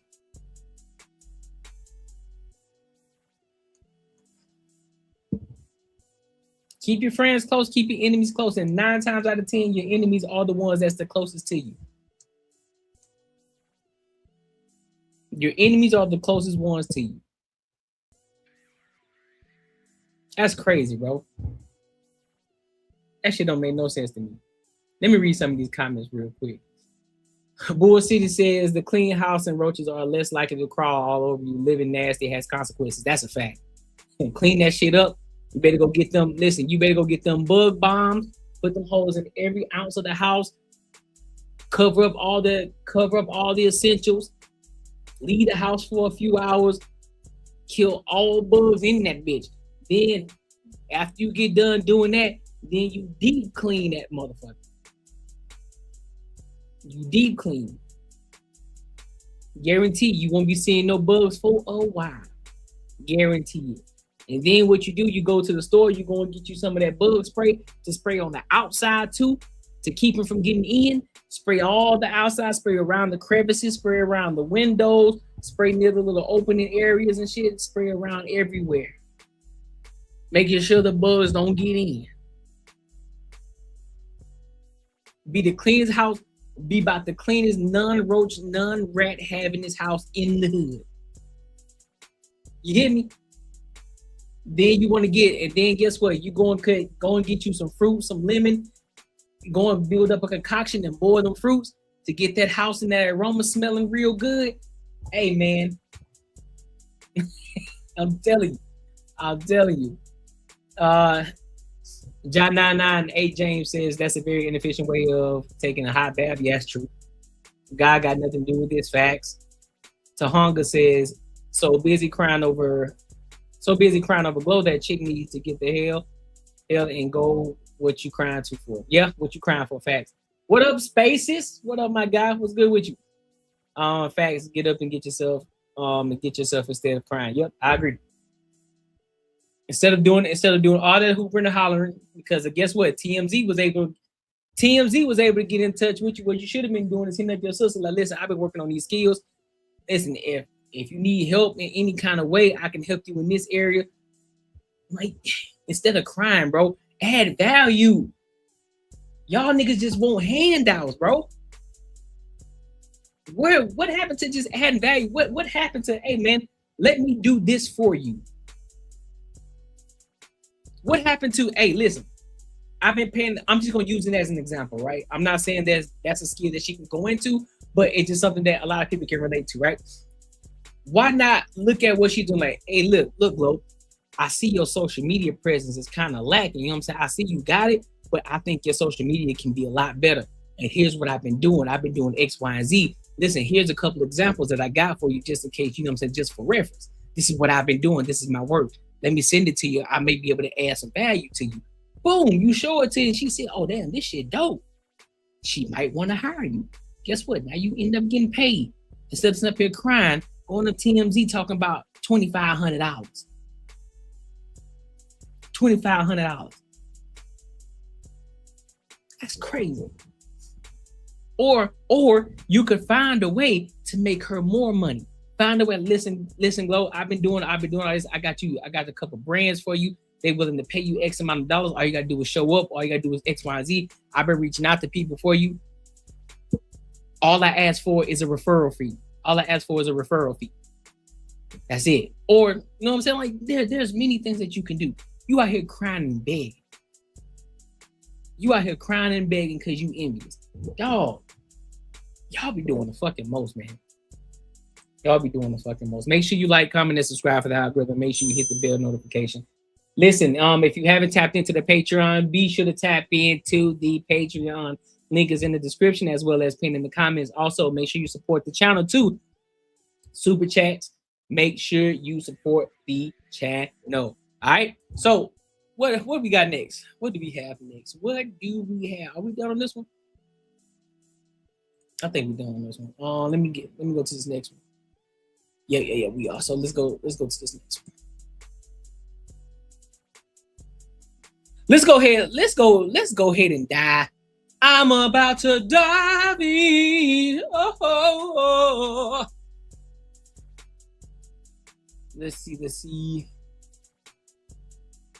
With another. Nah, I don't want that one.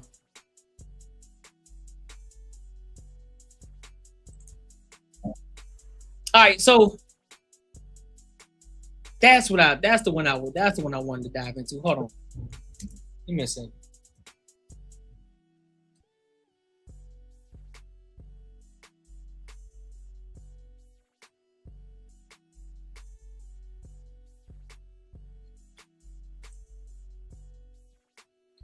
Let's see. Give me a second, y'all.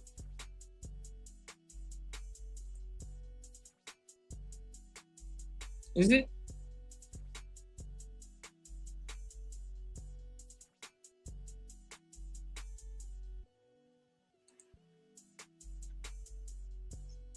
No.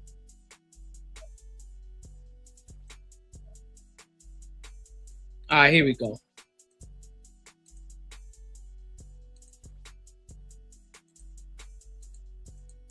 All right, so I want to dive into this Bud Crawford.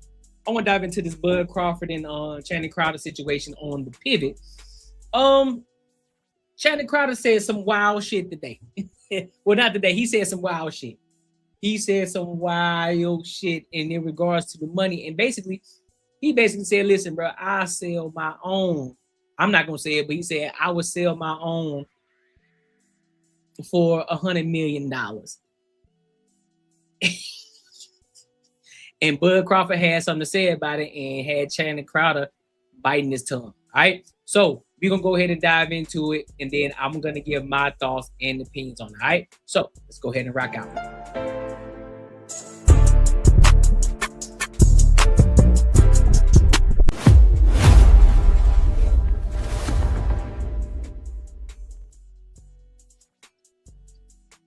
Oh, shut up.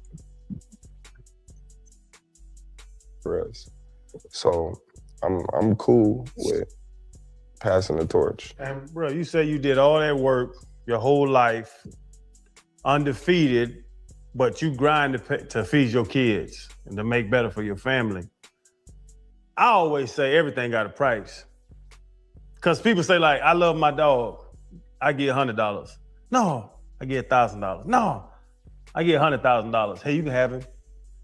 Like, my thought is everything has a price. There is not a number that can get you back in that ring. 80 million, 100 million. Nah, because now you selling your soul. $100 million, you can have my soul. That's you.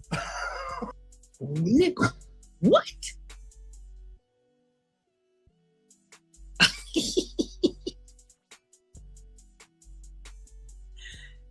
Sir, hold on, bro. Give me a second. Hold on. Let me start a little sooner because I left the sport in the right, hands of these young generations of fighters. And sometimes you get these old fighters that can't just let the light dim. Mm-hmm. They want to hold on to it. I never was that type of person to be like, I want all the attention. I want that light on me because I'm the champion. Right.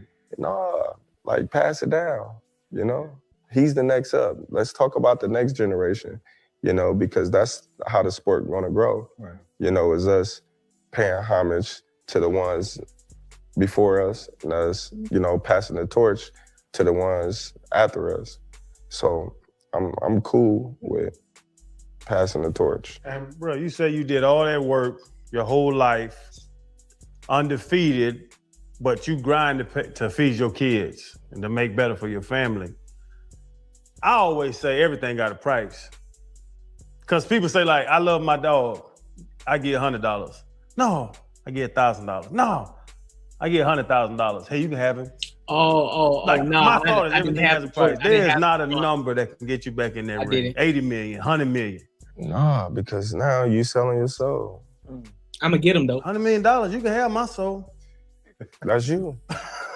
Now we know your character.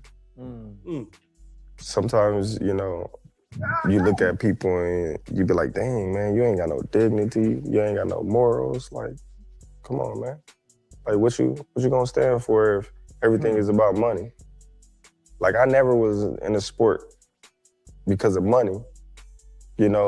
Of course, I was in a sport to make money, but I wanted to be a world champion. Yeah. I wanted to do something that I set my sights out to do as a little boy. And money wasn't the motivation. Me being a world champion was the motivation. Me accomplishing all the things that I've accomplished along the way on my journey, it was extra credit. It was extra credit because it's coming from the hood. It was like, man, I just want to be a world champion because that's just my dream. So when I became a world champion, it was just like, man, all this other stuff is like a cherry on the top. Like, you know what I mean? I did what I set my sights out to do. Wow. It was evident that I wasn't gonna let nothing stand in the way of me accomplishing that goal in my life. I was just like, my mom telling me all the time, you need to get a plan B. You need to go to school. Man, you know me in school don't rock. What I'm going to school for? Y'all ain't tight. I'm gonna go to school and I'm gonna get in the fight. I'm getting kicked out of college. Like, I'm what? In school? Yeah. Man, I'm gonna make this work. I used to tell her, I'm gonna make this work. It ain't no other way. Yeah. It's either this, dead, or jail. Like, it's no other way. Like, this is gonna work. It have to work. I got too many people riding on me. Like, it's going to work. That's like, a fact, Bull City. I'm taking it. Bull City, that's a fact. A championship boxer, listen, can check your character, and not even the NFL linebacker gonna say, like, hold on, big dog, what you mean? Oh, what you trying to say, homie? Man, you ain't finna step to him, dog. That man to put them paws on you, dog. It's a world champion you talking to. And so yeah, you just gotta eat. Listen, you just gotta eat that. You just gotta listen, bro. You just gotta eat that. You hear what you're saying out loud? Serious today, but that was crazy. I'm not that was feeding. crazy. I'm not feeding. I'm not feeding. That shit wild though. But it's factual though. But here's the crazy part though. Here's the sad part. A lot of people would actually do what Channing Crowder said. There are a lot of people who have done it, who are doing it right now. They're selling their souls for the dollar. They're willing to do any and everything in order to get a dollar. Any and everything. They're willing to give up their morals, their values, just because somebody threw, listen, man, I'm gonna give you this. Listen, I'm gonna throw you 100 mil. You could be the richest, the most famous, X, Y, and Z. 100 mil. All I ask for is your soul. Now you done turned your life over to the devil. You out here doing egregious shit, not realizing that you just signed a contract, you just made a deal with the devil. You out here doing crazy shit, looking wild out here in these streets. Then when it gets all your morals and values in life, over $100 million.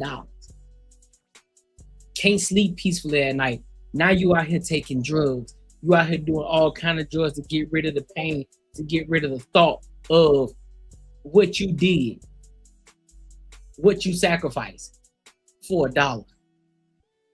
And even on the smaller scale, there are people right now, you can go on the street right now and say, hey man, what would you do if I said I'll give you $10 million right now? Motherfucker say, man, I would do anything. Nigga, you tell me to jump, I'm gonna ask you how high I need to jump in order to get that $10 million. It's crazy. That's the thing. That's what's happening with the Diddy parties. A lot of it. You gotta pay the piper. The chicken's gonna come home to roost, Bobby Boucher.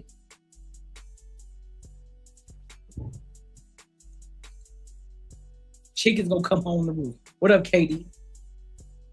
That's how my mentality was. Like, I don't care what nobody say.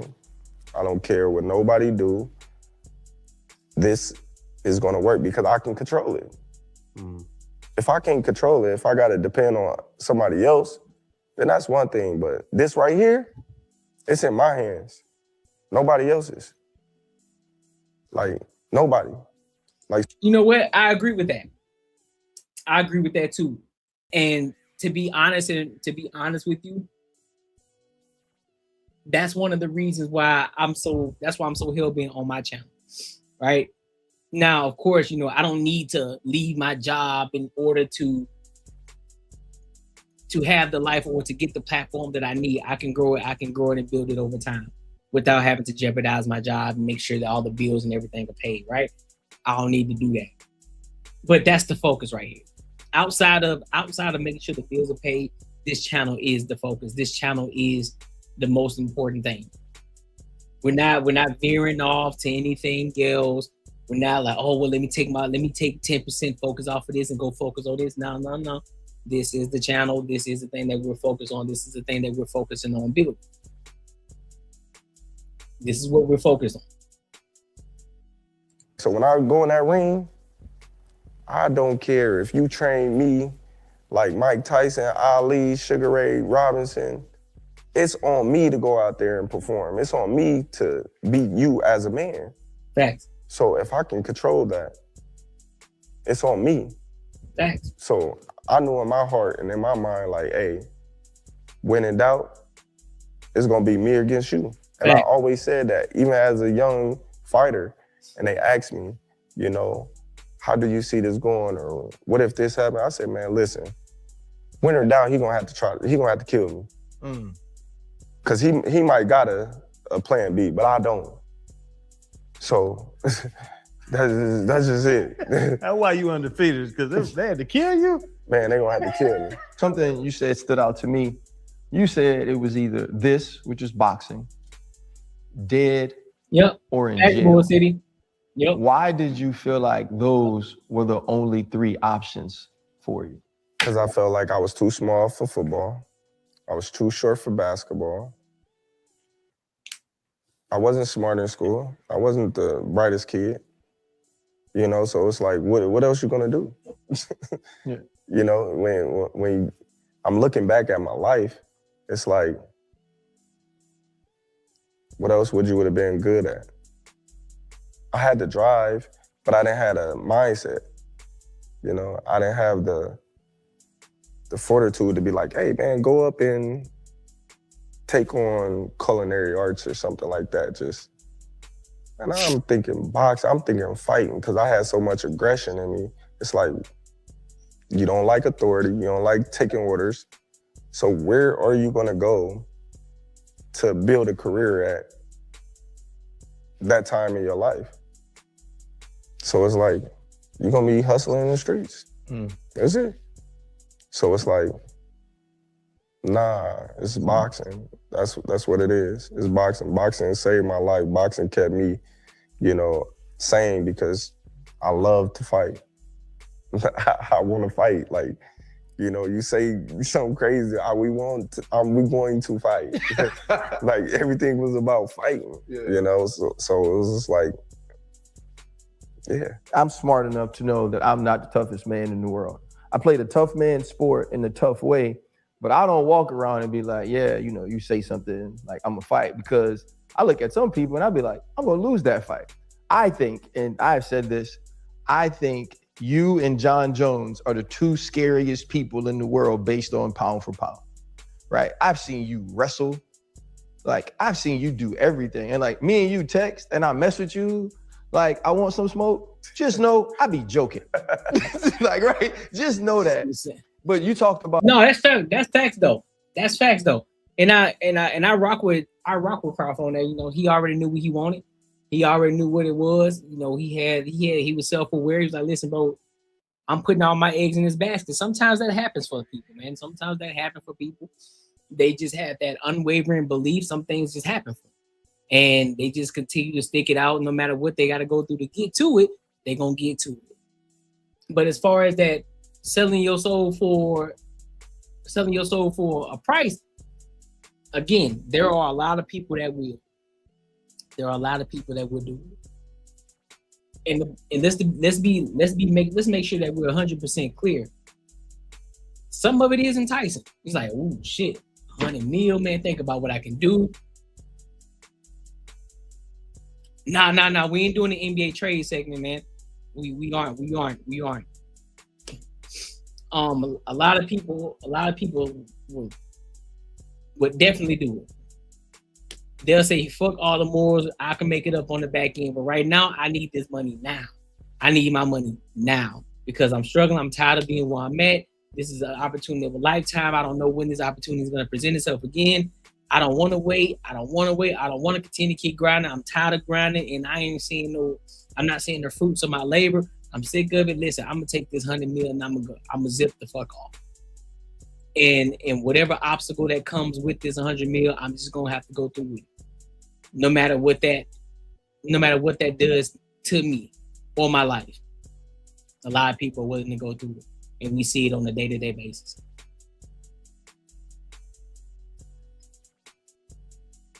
But that don't mean I ain't saying I'm gonna do it though. Nah, we good.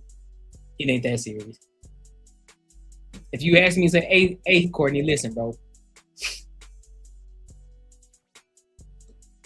I can give you 100 mil right now. I'm talking about in cash in your hand. You show me the money. But there's some things, but you just got to do this thing for me. What's that thing? Does it require me losing my morals? Does it require me losing my values? Does it require me losing my beliefs? Does it entail any of those things? And anything else that I believe in that's gonna go against what I believe in, my thoughts, my process, my creativity, all that. Well, you just gotta come over here to the dark side. Nah, I'm good. Oh, so you rather be at 3 million? Yep, I'd rather be at 3 million than 100 million. That means I'm still doing better than most. I'm good. It sounds good. That 100 million sounds phenomenal. But I'm good. I'm straight. Because I don't know what that entails. I don't know what has to be sacrificed, who has to be sacrificed. Nah, I'm good on that. I don't need that burden on my soul and my spirit. I'm straight. You got it though. Do your thing, big dog. Find somebody else. Because I ain't the one. You feel me? I ain't the one. But shout out to Crawford, though, for standing on business, though.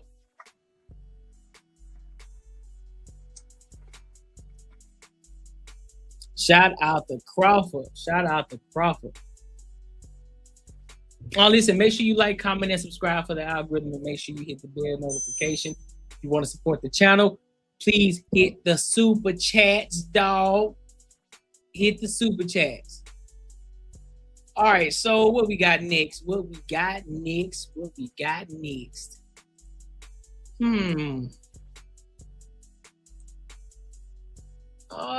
yeah.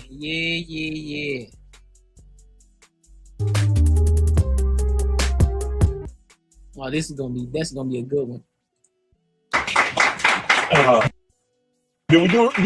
Should we? You know what? I think I'm gonna do it like this first. I'm gonna go there and then we can finish off with Pop the Balloon.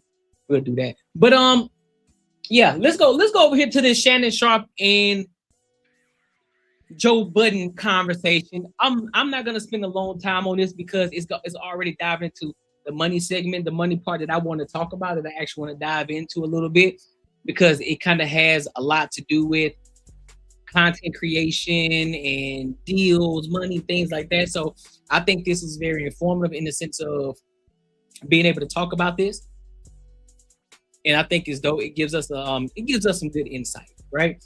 Because mind you, Joe Budden been doing this podcast shit for a long time already. He's not a new face. He's been doing this for a minute. I'm talking about a whole ass minute. You hear me?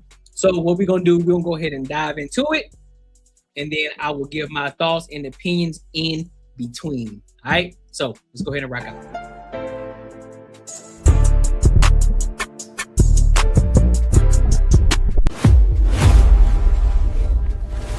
We do you right? Janet, thank you for having me. You remember we were just talking off, you was like, man, I ain't been in the business that long. I said, well, okay, I gave you a couple extra years, but you're like, started playing in the back of your head. You're right. No, you're right. And then as I'm listening to your introduction, I'm like, man, it has been a long traveled road. Oh, hell no. Nah, man, let's look here. You do what you did. That's Shea by Laportier. Okay. You want to do the water? Well, no, because I'm drinking water, okay. But I'll toast with you. Where? There we go. My man. Bro, you shook up the internet when you I don't know if you accidentally or intentionally, you was trying to show, look, I'm doing this thing my way, and you accidentally leaked that you make X amount of $100,000, $100,000, $1 million a month. What were you hoping to do in the process of doing that? Did you want to show that, look, you can do it on your own? Or what was the purpose of you doing what you did on IG? Well, the message is always that you can do it on your own, for as many people that want to hear that. In that moment, I was just tracking the growth. Yes. I was sitting there just like I said, it's been a road long traveled. Right. So I think it was the impressions is what I was trying to highlight. It was some around. You forgot to block the other part out, huh? No, you know what? We blocked it, but we old dinosaurs. So they unblocked it. Damn. They unblocked it, and I got a lot of phone calls, but God is in charge. So ultimately, a lot of good came from it. And again, we sharing information. It's not meant to be gatekept. Let me ask you this. What made you decide to go to Patreon? Because there are a lot. I mean, you're on YouTube audio. You got Apple. You got your platform is vast, and so you got a lot of different people can consume the Joe Budden podcast on a lot of different platforms. Why was it so important for you to go that route? At the time, that was we had a high belief in ourselves and what we had accomplished at Spotify previously. Okay. And we had a lot of data that told a story. So at the end of the term, you know, you can listen to all the offers in the field, which we did. We listened to everybody. But ultimately, where would I be the happiest? One, where could I be paid? Where could I celebrate in the growth of my own show without having to ask anybody? I mean, that's always just the most important. Did you feel like if you had taken one of these deals, they were going to, then they feel like they can, what Joe Budden can talk about, how Joe Budden can move the show, the growth of the show, because you move as you want to, because you are the sole proprietor, you're the sole owner of the show. So if you want to add somebody under your umbrella, I can do that without having to ask for permission. Well, you know what, anybody we partnered with, they never really tampered with the creative. Yes. In that, right? But when you're just learning, right? And at every turn, what I was learning about how podcasters would be paid and how advertising worked and CPMs and all of this other shit. I never jived. Know about them CPMs and RPMs, boy. When I found out about them CPMs and RPMs, things changed for me. You hear me? Things changed for me in the way that I'm approaching YouTube. You understand me? That's probably outside of watch hours, CPMs, RPMs. It's the way to go. It's the way to pay attention. It's the way to angle your channel so that way you can get or extract a lot of money out of YouTube. With any of it. Right. I never jived with any of that. And I was able to, because my show was so large, you know, kind of have my own say in things. So at Complex, it was Complex negotiating the advertisement deals with their sales teams, and whatever the tiny bump was in my contract is as much as I'd be able to participate, even though the ad was contingent upon my participation. Correct. Big problem for me. Yeah.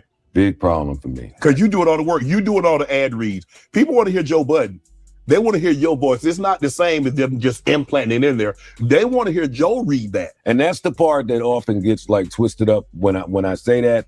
This is only applicable if your replacement list is short, because they can always replace you. Correct. They can always replace you. Yes. But I mean, it's my job to make it damn hard for them to do that. Right. At Spotify, it was more the same with the advertisements for us. We were getting bunched in with whatever thousands of shows. Right. Well, we were one of the first, one of two. And then we got bunched in with all of these thousands of shows that y'all shopped and came back and spread out that doesn't jive. I don't jive. Right. I don't jive with that. You're the most popular. I don't jive with that. You're the most popular. You're the biggest. But you want us, these other mini shows, you give us a tiny bump, but it's not, this is not market.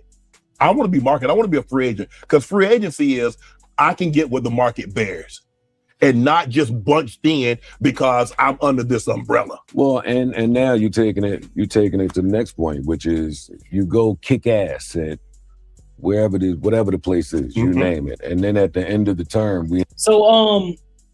good question, Bull City. So CPM is cost per mil. So that basically means how many impressions you get per 1,000 views, right? And RPMs means pretty much revenue per mil. So basically how much you're actually making per 1,000 views.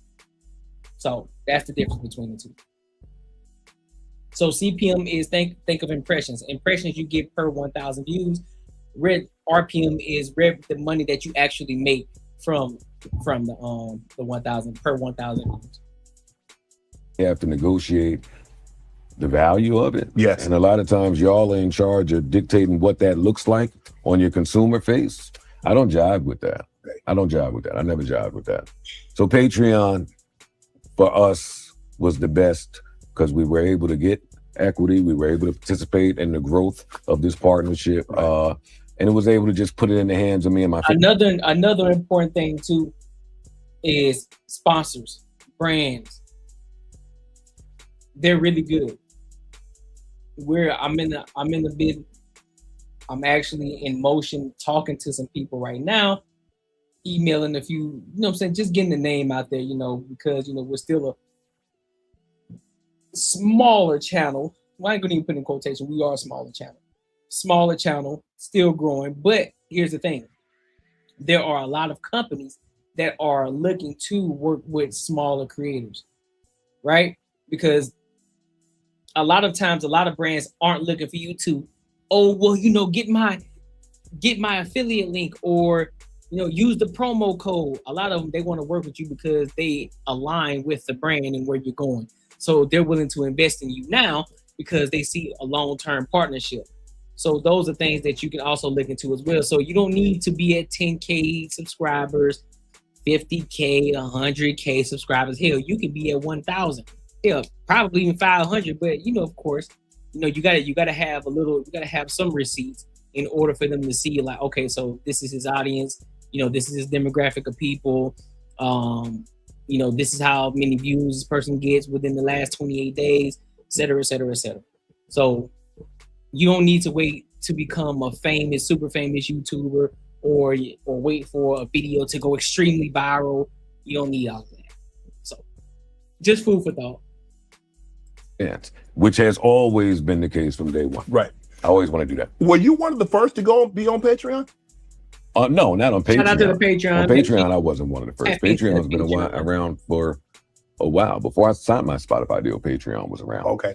But you didn't really know anything about it because the podcast space, I've only been in it for like 5 years, Joe. And so I remember CJ, who's my producer, he was at Fox because I got into this because Fox wrote it into my deal. And so even though I had it in my deal, we weren't doing anything. COVID happened. I hit 2K. What we in February? Bro, I hit 2K early January sometime. Something like that. Mid-January, I think. Mid-January. They was like, well, we would like to, because we got it in your deal, we'd like for you to do a podcast. So I'm like, what am I going to do? What am I going to talk about? There's like, and CJ was like, well, call the most famous people in your phone and ask if they would really be willing to come on the show. Now, at that time, there was no in-person, so we had to do everything virtually. Hell, I had Floyd Mayweather, had Snoop Dogg, had Ice Cube, had Rick Ross, had this one and that one. And so that's how I started. But I was like, this ain't nothing. He said, no, there's money in it. I said, well, they ain't tell me nothing about no money. They just say I need to do this because it was written in my contract. And they wouldn't. And so, but I did go back. I said, look, if I ain't say CJ because CJ was an employee of Fox, so I didn't want to get him in trouble. I said, but I think there's money in this. The only person I knew that was getting money in podcasting was Joe Rogan at the time because he was so big. Yeah. But I was like, Joe Rogan. So what's the money? And then once you start doing it and you start doing a lot of things on your own and you start see like, hold on, there's the YouTube and then you get the programmatic for the ads that they place, that you can place ads yourself. Yes. You can. I like, there really is money in this. It's a whole other world. Hence, matter of fact, that's key for me to play this video right now. What's good, y'all? So after doing a little research, I found out that 90% of the people that do watch my content, they aren't subscribers. Look, do me a huge favor, and it doesn't cost you anything. Go and hit the subscribe button right now, because then it tells me that you are gaining value from this content, as well as I look at it as an investment into the platform that allows me to continue to keep getting better and better with my content. So if you've gained any value here, go and hit the subscribe button right now. Listen, your savings account is robbing you blind. But don't worry, I found out a way how to make my money work for me in my sleep, and I can help you do the exact same thing. Now, this isn't no get rich quick scheme. This isn't no pyramid scheme. This isn't something just trust me situation. This is legit, and this is something that your every average day person can implement in their lives, and they can really get to a bag. This isn't a short-term play. It's a long-term play. There's a promo going on right now, so you definitely want to jump on it before the price goes up because this is too valuable. The link is in the description, and hey, let's get our money up. Let's get back to the video. That's what they're talking about right there. You can implement your own ads too, literally own ads. So sometimes if I just don't want to say, you know, in the middle of the video, hey, make sure you like, comment, subscribe. If you haven't subscribed yet, go and subscribe, right? Boom. My own personal ad. Then on the second one, that's the link to, that's me doing a promo for my Earn While You Save book, which is also in my Patreon. So make sure you tap into the Patreon. Link is in the description as well as pinned in the comments. All right. So that's one of the things that they're talking about as well. And it can do you a big thing, especially if you're trying to sell something or if you want to host a webinar. Many people do this too. Many people. If you go look at guys like Omar El Takrari, Diary of a CEO, he does this. Who else? There's a few other people that actually put their own stuff. Cody Sanchez, she does it. You know, when she talks about what events are coming up, they do it. Marvin Golden does it. So these type of people, they put it actually within their content. So therefore, they don't only just, they can sell their own products, but as well as you got automatic ads that play in your videos as well. So it's a whole other world out here. But as you said, that was not something they were going to tell me. Yup. AD does it too. So yeah, AM does it. Yup, facts. Oh no, hell no, they wouldn't tell you that. No way. But you said they gave you an equity stake in Patreon. So is that what you look for when you look to do any partnership? Are you looking for an equity stake, or are you just looking to take the money up front? I'm never looking to just take the money up front. Yep, okay. Angry Man does it. Yep, we would have advanced conversations in the background. Right. I'm not saying that no deal can get done without me having equity. Shout out to Angry Man. I asked for it today. Right. Because the Angry Man need to pull up over here and say what up. You know what I'm saying? AD do too. Last time AD showed up over here, I think I was at like, what was I? I think I was at like 500 subs. Well, shout out to AD though, bro. And the podcast community is its own economy, and I've seen the effect of what a partnership does. Mm-hmm. We were at Spotify before they went public. We understood what they were trying to do at the time to funnel money away from the music business, and podcasting played a really pivotal role. That's why I never want to undersell it, because it is low budget, or the word podcast somehow it's developed a negative connotation. Joe, why is that? And you know what? And I listen, when I started, it was a negative connotation. Yes. They kicked my ass for it, but it does today. It's stigmatized. They do tend to hear that word and kind of just compartmentalize it, put it in its own space.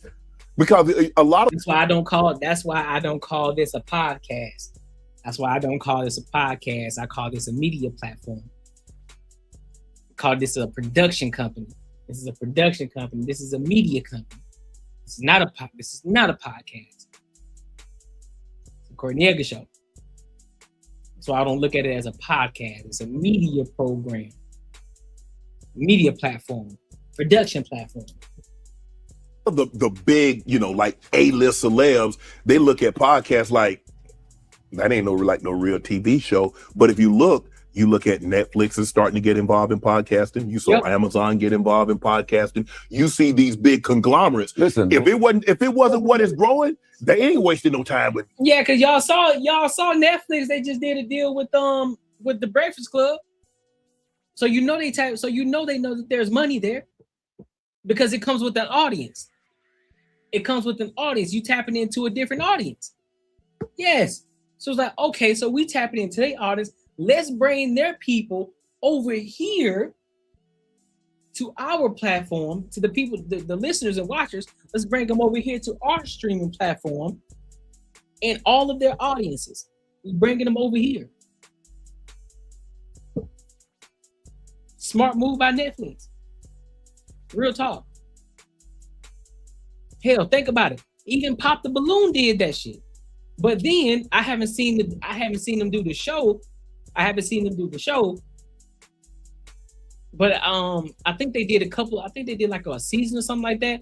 But it was kind of corny. I only seen clips of it. I didn't see the whole thing. But it looked kind of corny. And from my point of view, I was like, why would you do that though? When you at that big of a platform, when you got that big of a platform and it's yours and y'all created that shit, why would you go and do that? Because here's the thing. When they did that, when they went over to Netflix, then they had a whole bunch of shit going on. When people were doing reaction videos, and if you wanted to do a reaction video to Pop the Balloon, you had to sign up to some shit. It's like, bro, for real? Like, do y'all not know whether it's negative or positive? You're getting more visibility. And that money is going to y'all. You don't have to share that money with Netflix, or you don't have to share your audience with Netflix. That's your people. Why you gave that up? Because I'm pretty sure you making a bag without Netflix. The views that you're gonna get on a regular day basis, brands and sponsorships that you're gonna get that people want to tap into because they was already doing Fashion Over. And I'm pretty sure there was more companies willing to invest in it. Like, come on, man.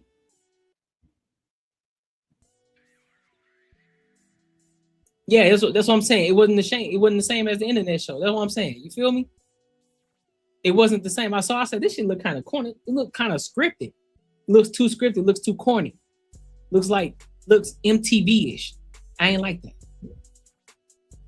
Long before Netflix, some of the shows that would pop up on these streaming apps, television shows, would be modeled or based around a podcast. Right. I can't tell you how many times on Hulu it would say inspired by this podcast, or would start with a podcaster. So it was broad, and television shows would even make mention of things that they would hear on the podcast. Right. But you're right. How it's looked at and what people get when they hear that word, it's still, because nobody really knows how anybody's getting paid from it. Right. I think that has a large part to do with it too.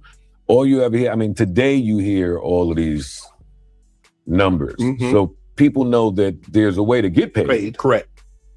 But they can't figure out how. They don't really know how to get started. And then a lot of people just think, well, Joe Budden making 20 million, I should make at least 15. They don't understand. You didn't start out making 20 million. There is a gradual process, but everybody wants to skip the process. Not Joe. Everybody just wants to go straight to being the CEO. Don't nobody want to clean. Don't nobody want to work the desk job. Nobody wants to work the mailroom. And it's like, man, all you do. And that's where I'm at right now. So this is why, and this is something, and all you podcasters, listen to me right now.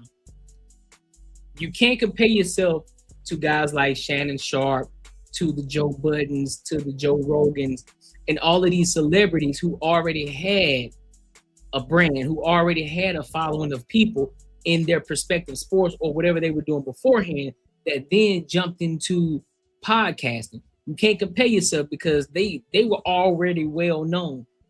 You're coming into this shit fresh, from scratch, from zero. Don't nobody know you from a can of paint. So you have to build that authority. You have to build that brand up and who you are. You have to constantly keep being in people's faces. Eventually, they're going to see you, bro. Eventually, they're going to see you. You just got to keep working. At this time, if you're anywhere between shit, I'm going to be honest with you. If you're under 500K, you need to be working. That goes for me too.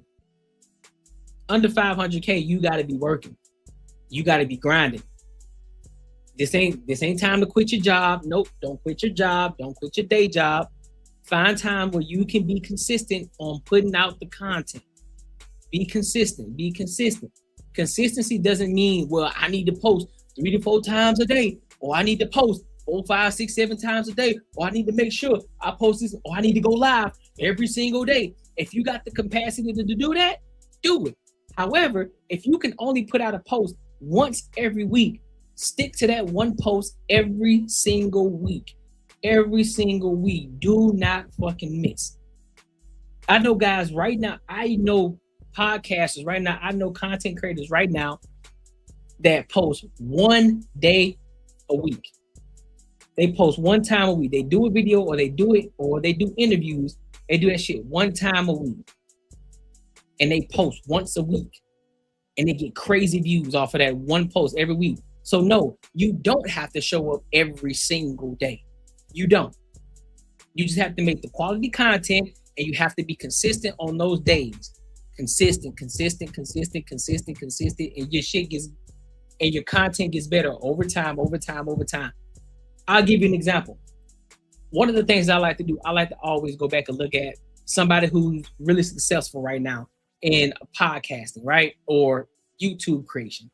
I always like to go back to their first video. I always do it. I always go back. I'm like, okay, this person that's at 500,000, or this person that's at 10K, or this person that's at a million subscribers. I always like to go back to that first ever video that was ever created, and the difference between their first video to their 100th video to their 1 million subscribers. It's like night and fucking day. It's like, bro, that shit was trash. The quality of the video was garbage. The audio was crazy. But you got to start somewhere. Then even if you're looking at people that's at 200K subscribers, some of them still got some trash content. It's like, dog, what is this shit? Why your video sound like that? Why the quality of your video look so dingy? Or why does your audio sound so like you talking on the speakerphone or some shit? But yet, people rock with them. And so that goes to let you know you don't need to have the most updated videos or cameras or the dopest microphone. You don't.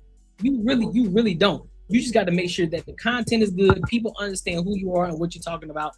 They understand what you're about. And then, of course, you just got to continue to keep showing up and then creating that community of people that rock with you. Simple as that. It's work. And so when they come, I'm sure you've heard it. They come to you, man, got this idea, want a podcast. I say, so how often you want to do it? Well, I just want to shoot like 10, 12 episodes a year. What? Yeah. And so you think that's going to work? You want 10 to 12 episodes a year, but you want how much? That part. How much money do you want for those 10 episodes? I'm like, bro. That's why I don't even know how to like give advice anymore, because and I do it week to week, different podcasts we call, and we have the talk. But sometimes those talks are a brother on episode 8 saying, well, where's the money at and how do I get paid? And I'm like, it may be a path for that, but that wasn't my way. No. I did this for years for free. A lot of that, I did this when a lot of the thoughts and ideas we had were way ahead of the technology, and we had to just wait for everybody to catch up. We had to wait for the ad agencies to catch up. We had to, so yeah, I don't know how to get paid by episode 8. I don't. Right. There is no money in episode 8. And because now everybody's starting to see there's a pathway, everybody's getting in, and so it's becoming a very saturated market now. So you got to be really, really good. Now, look, if you're a big name, you know, if Denzel and Sam Jackson started a podcast, people are going to tune in at first. Yep. Now, the first 3 or 4 episodes, but then how can you keep them? Because that's the hard part, Joe, is getting people to listen. Man, Joe Budden, I'm going to see what Joe talking about. Can you get them to come back? Exactly. Can you get them to come back again? Listen, we have seen a million A-list celebrities start podcasts or make the big podcast announcement or go get a big bag and never deliver an episode. Nope. Not a one. I've seen them get fired. I've seen them, they're not, to be a podcaster, still to be a podcaster. Like you could count on the Joe Budden podcast to drop twice a week, 52 weeks out the year. I'm gonna be there. Right.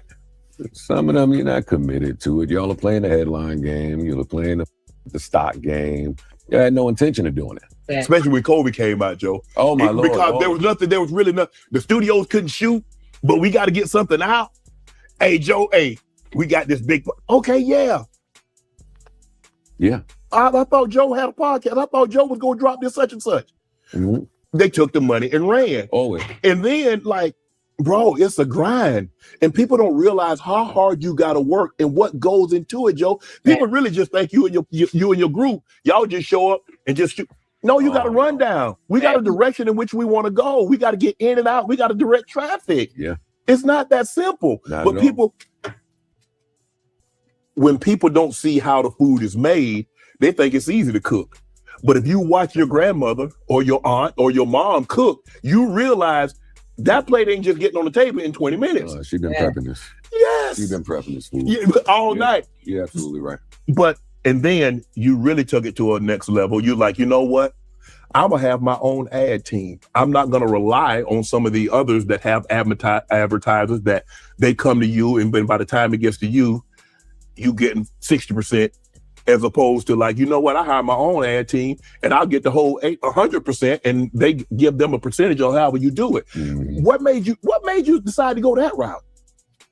Honestly, the outlook as far as ads started with just like how I listened to podcasts and how I was as a rapper. I used to hate promo. I used to absolutely hate doing promotion. I'm not going to lie to you. Even when an album was coming out, I wouldn't promo it. And when I would listen to podcasts and an ad would pop up, I didn't necessarily enjoy that. Right. I didn't like that. I didn't want to interrupt the flow of the conversation, which I thought was extremely important at the time. So for this check, and I tried at first, and I'm talking, this is around 2015, 2016. Damn. 2015, 2016. I tried to, again, Shannon, nobody knew where money was coming from in podcasting. So if this ad came for whatever the money was, it was shorts. But the thinking was, if you pack in a bunch of those, you can see how you make some money. I did the ads, I put them all up. Whatever the read was, I went totally off script, laughed at them, told them to call me instead. I don't think it was Talkspace or somebody. It was a mess. But from there, again, how I moved was because the audience was so large and it was growing year over year. So, I mean, it was cheaper to just hoe around and add yourself to death versus nurturing a relationship with a brand that you understood, that understood you. And again, maybe this is trauma from Black people and how I view the word shock jock, right? Because you'll participate in all the success, but anytime something happens off script, you're so quick to toss us to the side, put all types of words in these contracts. I never jived with that. Right. I never jived with that. So, no, I forgot where I was. Yeah, no, but you were saying that why you decided to like do your own. You have back to the ads. So yeah, and we were blessed enough to have some really good partnerships with some people for years and years and years, and it was profitable for both sides, and you meet good people, and you do this thing. You start to do it, and you start to reap the benefits of the independent company that's out here putting in the work versus the ads team, the sales team. And then that's always the thing too. This whatever your beef is with whoever you partnered with, at some point they're gonna put it on the sales team if you start having the right conversation. It's like, all right, let me come talk to the sales team. Right. And let's have a conversation. Let me get on the phone with some of these people. Right. And yeah, but edgy content. The big game is that's dope. No, that's dope though. Shout out to Joe Budden. Shout out to, you know what I'm saying, Uncle Shay Shay. They out there putting in work, bro. They out there grinding, they putting in work. And for those of y'all podcasters who, you know what I'm saying, if you just starting out, listen, you heard it here. You hear it from everybody else. Consistency wins it, bro. Consistency wins it. You're always going to find your tribe, but you got to be consistent, especially if don't nobody know you. You got to be consistent. You got to keep showing up. Even if you don't want to, you got to keep showing up. You got to. Either posting one day a week, 2 times a week, however many times you can post, but you got to show up every single time. Every single time. Eventually, people are going to start noticing you. Trust me. They're watching you. They see you. They probably even consume some of your content, but they just aren't going to say anything yet. And a lot of reasons they don't say anything yet, they just want to make sure that you aren't flyby. They want to make sure that you aren't fair with. They want to make sure that you're going to continue to keep being here, that you're going to be consistent. Everybody's not going to agree with you. Not everybody's going to rock with you. Some people are going to say you out of your mind, or you out of pocket, or you're dumb, or whatever the case. They're going to say a lot of bunch of shit. That's just how people are. That's just how it is. So you got to have tough skin. You could be talking about the most positive thing. You're still going to have negative people talking. So just have tough skin. You ain't got to respond to everybody. Everything you don't have to respond with emotions, because guess what? Once you cut the camera off, you go back to your regular life. You ain't gonna have time to worry about what everybody else talking about. You ain't got enough. You got too many things going on. But make sure you continue to keep showing up. Make sure you continue to keep getting better over time, and people gonna see you. That's brands and sponsorships included. One of my biggest goals is to make sure that if don't nobody want to rock with your boy now, if don't nobody want to see your boy right now, if ain't nobody, let's just say nobody's clipping up my shit right now, right? That's cool, right? It's not expected, but understand something. Eventually, they gonna see me. Eventually, they gonna know who I am. Eventually, they're gonna be wanting to work with me. Eventually, they're gonna be wanting to spend money on me. Eventually, they're gonna want me to be a part of their brand or sponsorship, or eventually they're gonna want me to tap in or jump on their podcast or jump on their show in order to get them more visibility. Or they're gonna want to jump onto my channel in order to get more visibility in due time, because time and consistency, and continue to get better over time. You're naturally gonna get better. Even if you aren't even trying, you're naturally gonna get better. Naturally. So yeah, shout out to them, bro. But make sure you like, comment, and subscribe for the algorithm, and make sure you hit the bell notification, dog. So what do we got next? Let's go to y'all already know. We gotta talk about some money. Money. Here comes the money. I gotta give me a sound like that. Here comes the money. Here comes the money. Yeah, you right, man. Making money is me, man. 10 years, man, you're gonna have matching Benzes. 10 years. Thinking more like 10 days, man. 10 days. So let's talk about Cody Sanchez.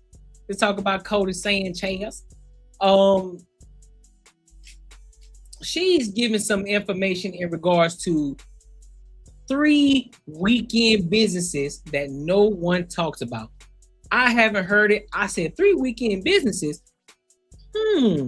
This might be interesting. So I don't know what she's gonna say. Don't know what she's gonna talk about. I'm watching it in real time with y'all. Let's see if this is something that some of y'all who may be watching and some of y'all who will be watching this on the replay, let's see what y'all think about this. Or this might be something that y'all can bark into or bark on. All right, so let's go ahead and get into it.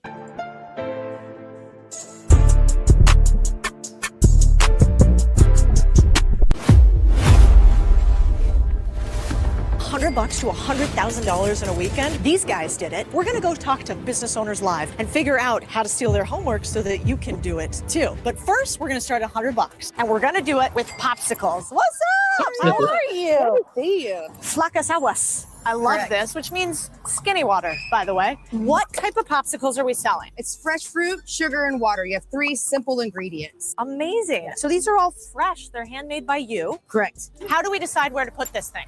Exactly in a spot like this, right? Kendra Scott, she's extremely famous, popular. Everybody wants to come here. This is a hot spot. These stores like people being in front because we're like, hey, get a popsicle, then buy some jewelry, right? So who are we selling to? Pretty much everybody, from children to adults. For our local firemen, it's a surprise batch. That one. Bye, guys. Thank you for your service, all you do. Guys, I'm so psyched for this popsicle. You don't even know. Delicious. Awesome. refreshing. Yes. Let's talk startup costs. Popsicles, what are we selling them for? $4.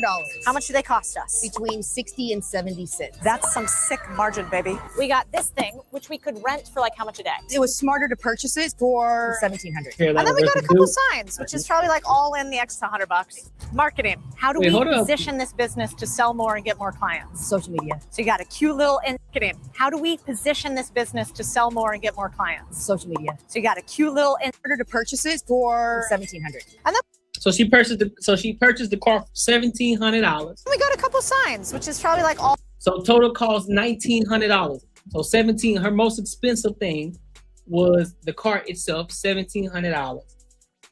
For the fruit, $100. And then for the sign, another $100. All in the extra $100. Marketing. How do we position this business to sell more and get more clients? Social media. So you got a cute little Instagram. You're putting your items up there, and maybe you're pinging local events and vendors to say, hey, by the way, I could come to your place. I could sell some popsicles. Yes. People love the videos of me making them, like the how-to videos. A little ASMR. Yeah, exactly. Word of mouth. Like who you know makes a massive difference. Do the thing that you do, and you document it online. You ping other people with your cool stuff that goes most viral. I like it. This gives me an idea. How do we 10x this bad boy? We're scaling. So we're located on site of this local restaurant. We called a bunch of restaurants and said, hey, what if we did a little event activation? We put the popsicles outside. We bring in customers to your location. What would you pay us? These guys said $250. So I said, sold. Then they liked it so much. They're like, also, we do this thing on the weekend. There are 1,000 people there. Do you want to come to that one too? I think maybe we charge double. We've taken a business where we sell one popsicle at a time, and now we sell many. What's the most expensive event you've ever done? Thus far, $600. We're renting the cart for a wedding. We should get her to double her prices. What do you think? I think the next corporate event, we should be charging more like $1,200, maybe even for some fancy quinceañeras or something. We up those prices, baby. Agreed. And if anybody wants to book, you guys know where to find us in Austin. You know what? No, I'm okay. Okay. Are you sure? Thank you. I appreciate you. You just paid me $500. Yeah, girl. There you go. Holy. That's good. Oh. So wait, what? So we can break down sales for 2 hours. $40 an hour, that's $80. The wheel activation, $250. Generous tip, $500. Oh yeah, he paid. Any nigga who wears shorts like he was wearing and got his shirt off like that, yeah, he probably got some money. Total revenue, $830. Damn, she just made, oh, so shit, she can pack up and go home if she wanted to. Holy. Weekend breakdown expenses. Fruit, water, sugar, cart, plastics, plastic bags, heat sealer, molds, plastic storage, popsicle sticks, signage blender, marketing, freezer for storage, utilities, total expenses, $300. That's it? That's a very low expense. It's a very low expense. 500 popsicles to break even. After that, 25 popsicles to break even. Yeah. That's crazy. We can break down 830 profit. But yeah, think about it though. Look how easy, but think about how easy it is to make a popsicle though, Bull City. Think about how easy it is to make a popsicle. Fruit, water, sugar. All you doing is pouring it. All you need is a big ass blender. You already got your popsicle stick, so you can lay that shit out on the island. You can already set that shit up, boom, pour it in the ice trays and just sit it in the freezer for a minute, then boom. Your shit ready to go, and it just a couple of hours. You can do that shit the night before and be ready to go.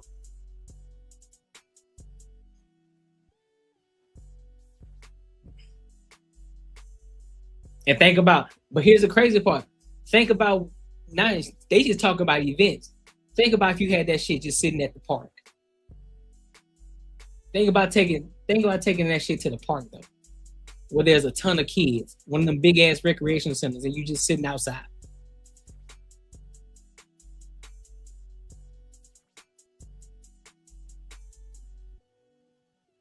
And this is just and mind you, this is just a weekend job.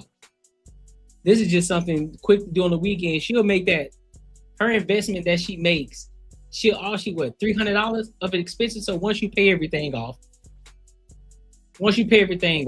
And if you go every weekend, you can already make your money back within a month.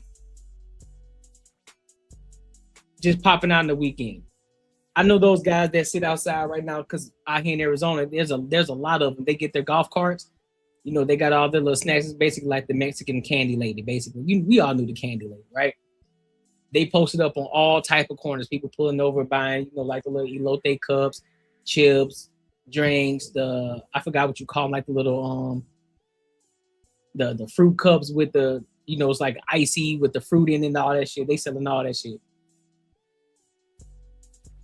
Let's see. That's awesome. Now let's go check out someone who's doing $10,000 in one weekend. You just paid me $500. Let me go back. Yeah, Average. girl. Refreshing. Yes. Let's talk startup costs. Popsicles. What are we selling them for? $4. How much? So she sells popsicles for $4.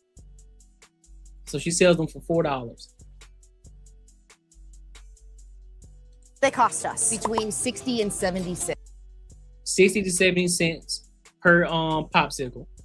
That's some sick margin, baby. So $3.35 per popsicle. We got this thing, which we could rent for like how much a day? It was smart. Mind you, she said she can also rent that. Order to purchase it for $1,700. You can rent or purchase. And then we got a couple of signs, which is probably like all in the extra $100. So yeah, that's what she makes. Marketing. How do we position this business to sell more and get more clients? Social media. So you got a cute little Instagram. You're putting your items up there, and maybe you're pinging local events and vendors to say, hey, by the way, I could come to your place. She said ingredients were her. I missed that. I missed that. I could sell some popsicles. People love the videos of me making them, like the how-to videos. A little ASMR. Yeah, exactly. Word of mouth. Like who you know makes a massive difference. Do the thing that you do, and you document it online. You ping other people with your cool stuff that goes most viral. I like it. This gives me an idea. How do we 10x this bad boy?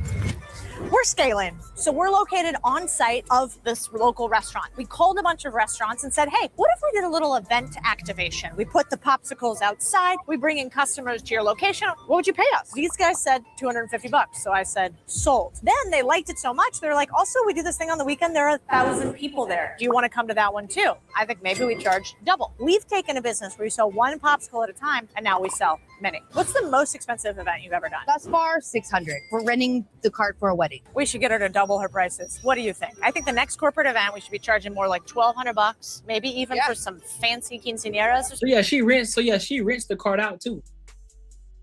Something. We up those prices, baby. Agreed. And if anybody wants to book, you guys know where to find us in Austin. You know. Yeah, so she rents the cart out too, so she's making money on that too. No, I'm okay. Okay. I'll support. Are you sure? Thank you. I appreciate you. You just paid me $500. Yeah, girl. There you go. Holy.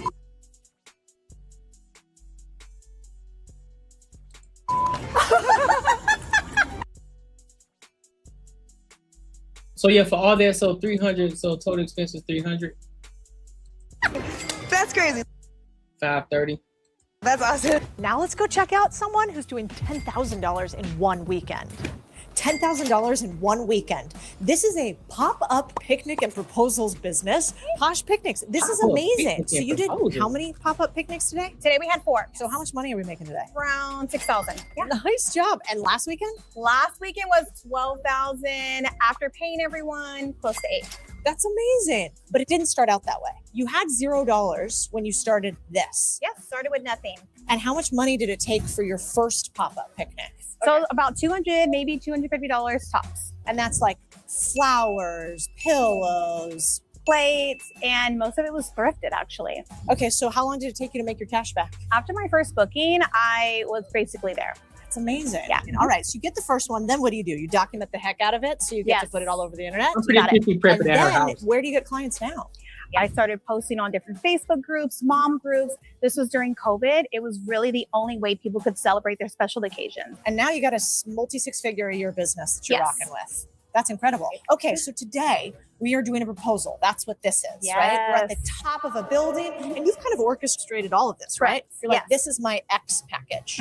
And then what do you have? Do you have like 3 or 4 packages? I started out with just one package, one proposal package. Then we went to 3, and now I have 6 different packages. This is package number 1. It's the most popular proposal package. Interesting. What do the prices range from?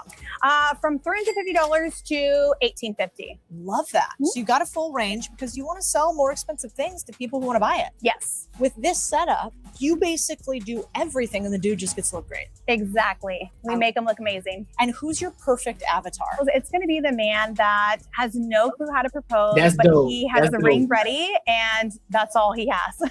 What would you do different today than when you first started in the business? What's her margins like? Because it sounds like she'll be making a killing off of that. I would prioritize marketing and social media, find someone who matches my energy that can take on that project. Then I like to do the more the creative stuff. Yeah. Mhm. And you really like to actually do the logistics and the hustle of putting this thing up and seeing it and all of that. What I love is seeing the client come in and the expression on their face and their eyes light up. And usually with the proposals, there's tears coming down as well. Oh, that's so good. Okay. And next, where do you want to take this business? How are you going to scale this bad boy? I would love to create licensing. I have my trademark now and create posh picnics all over. What would you do to scale my business? I think you should get to your first million before you license. And the reason why is you're just so much more valuable. Then you can say that I've got a business that is 7 figures and I can teach other people how to do it. The second thing that I think you should do, you should try to get the before and afters. Yes. They're crying. Girl, that will go viral continuously. And so I would obsess on your one format. What is the one format of a video that I can do so well I can get it to 1 million views? Because 1 million view video will be worth 20 10,000 view videos. And then the third is, tell me about your team. Who you got on it right now? I have 2 assistants and both of their husbands help me as well. And then I have my children. Okay. So what do you think you're probably missing? You're missing like social media marketing and sales? Yes. Okay. So I think your next big hire, one of those. Mhm. You don't need another assistant. No. You need another pro. Because if Yeah. you think amateurs are cheap, just wait until you hire a pro. Yeah, I agree, so. You will I agree. realize how much more expensive it was to have an amateur to start with. Oh, yeah. Okay. We should probably go help these guys, like do Yes. some work or something, right? Look at how helpful I am. Woo! Good luck. Congratulations. Does she already have like presets already? Like things that she kind of use over and over again, or does she always start with something new? Or does she always do something new? Like does she reuse certain like tablecloths or plates or things like that? Is she gonna say yes? Yeah, absolutely. You did an incredible job. She's a lucky lady. If you're even thinking about starting a business, whether it's your first or your 5th, here's one move every entrepreneur should make before launch day. Lock down your domain. And not just any domain. I'm talking about a .online domain. .online is the domain made for entrepreneurs. It's clean, it's global, and it literally... Y'all see how she just seamlessly added in this sponsor brand right here that she's sponsored by, that she collabing with? I like that. That was a seamless flow. I like that. really tells the world what you're about. Your business is online. Over 3.5 million businesses already use it across industries, restaurants, clinics, online education, even fashion brands. So while you're building your empire, even if it's just on the weekends, don't just build it, own it with .online. Click the link below, use checkout code CODY. We got something for you. This is my new favorite boring business. Two guys running a business that does a lot of revenue. What's up, man? Hey, what's going on? How are you, Matt? What's going on, Sam? What do you guys do here? Yeah, we help students move in and out of college. And what's it called? Storage Scholars. So what are we doing right now? We're moving somebody in? We're moving kids into college. You want to join? Yeah, let's do this. It's moving day, baby. It's All moving right. day. So you guys started this business when you were how old?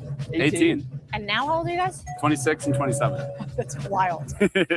You started this business with how much? Yeah, that's the funny part. When you talk about corporations, last thing they want to do is spend a whole bunch of money, because 9 times out of 10 they really don't care. They don't have the marketing budget for it, nor do they use it as a priority. They don't have it as a priority, so it's just they don't want to spend too much on it. Like, man, we don't have that much to spend on this. This is what we got, because they don't really take that shit serious in corporate. They really don't. So that's why it's so hard. That's why it's so hard to get money out of them. cash? Actually, $0. Whoa, so you were in college when you started it? Yeah, I was looking for a way to pay our way through school and needed a business. The biggest thing is that we've been doing it for almost 10 years. So you learn a lot every year. You try not to repeat the same mistakes twice, and you just keep going and following the plan. The best way to make quick money is to do it for a long time. 100%. Let's have everyone actually pay a $50. Oh, it was a deposit. private that was that way. That helped fund the initial cost of the boxes, and the storage units, and the trucks. I love a prepay. So you Yeah. didn't even have a service yet. And you guys are like, the thing is, I want a deposit and 100%. then I'll do it. So you guys made money before you spent any money. Correct. Wow, that's wild. So we started with $0. We take the $50 deposit. How much did it cost you to rent that first truck? Oh, it's about $100. You said it was a Partnering with local businesses is better. They look at some of the costs with community events to give back. Yeah, I agree with that. That's what I had to redirect my focus from. Oh, you just getting off work? Oh, okay, cool. But that's how I look at it. That's how I had to redirect my channel as well. I'm looking to work with, and here's the thing, I don't say collab. When I'm talking to people that I'm potentially wanting to work with, I say partner.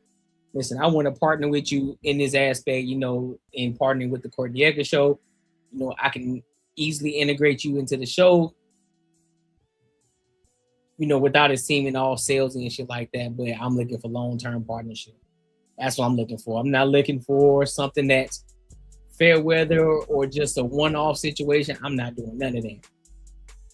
Oh, you joined the Chamber of Commerce? Nice. What you have to pay? What you have to pay to get into that? tractor trailer?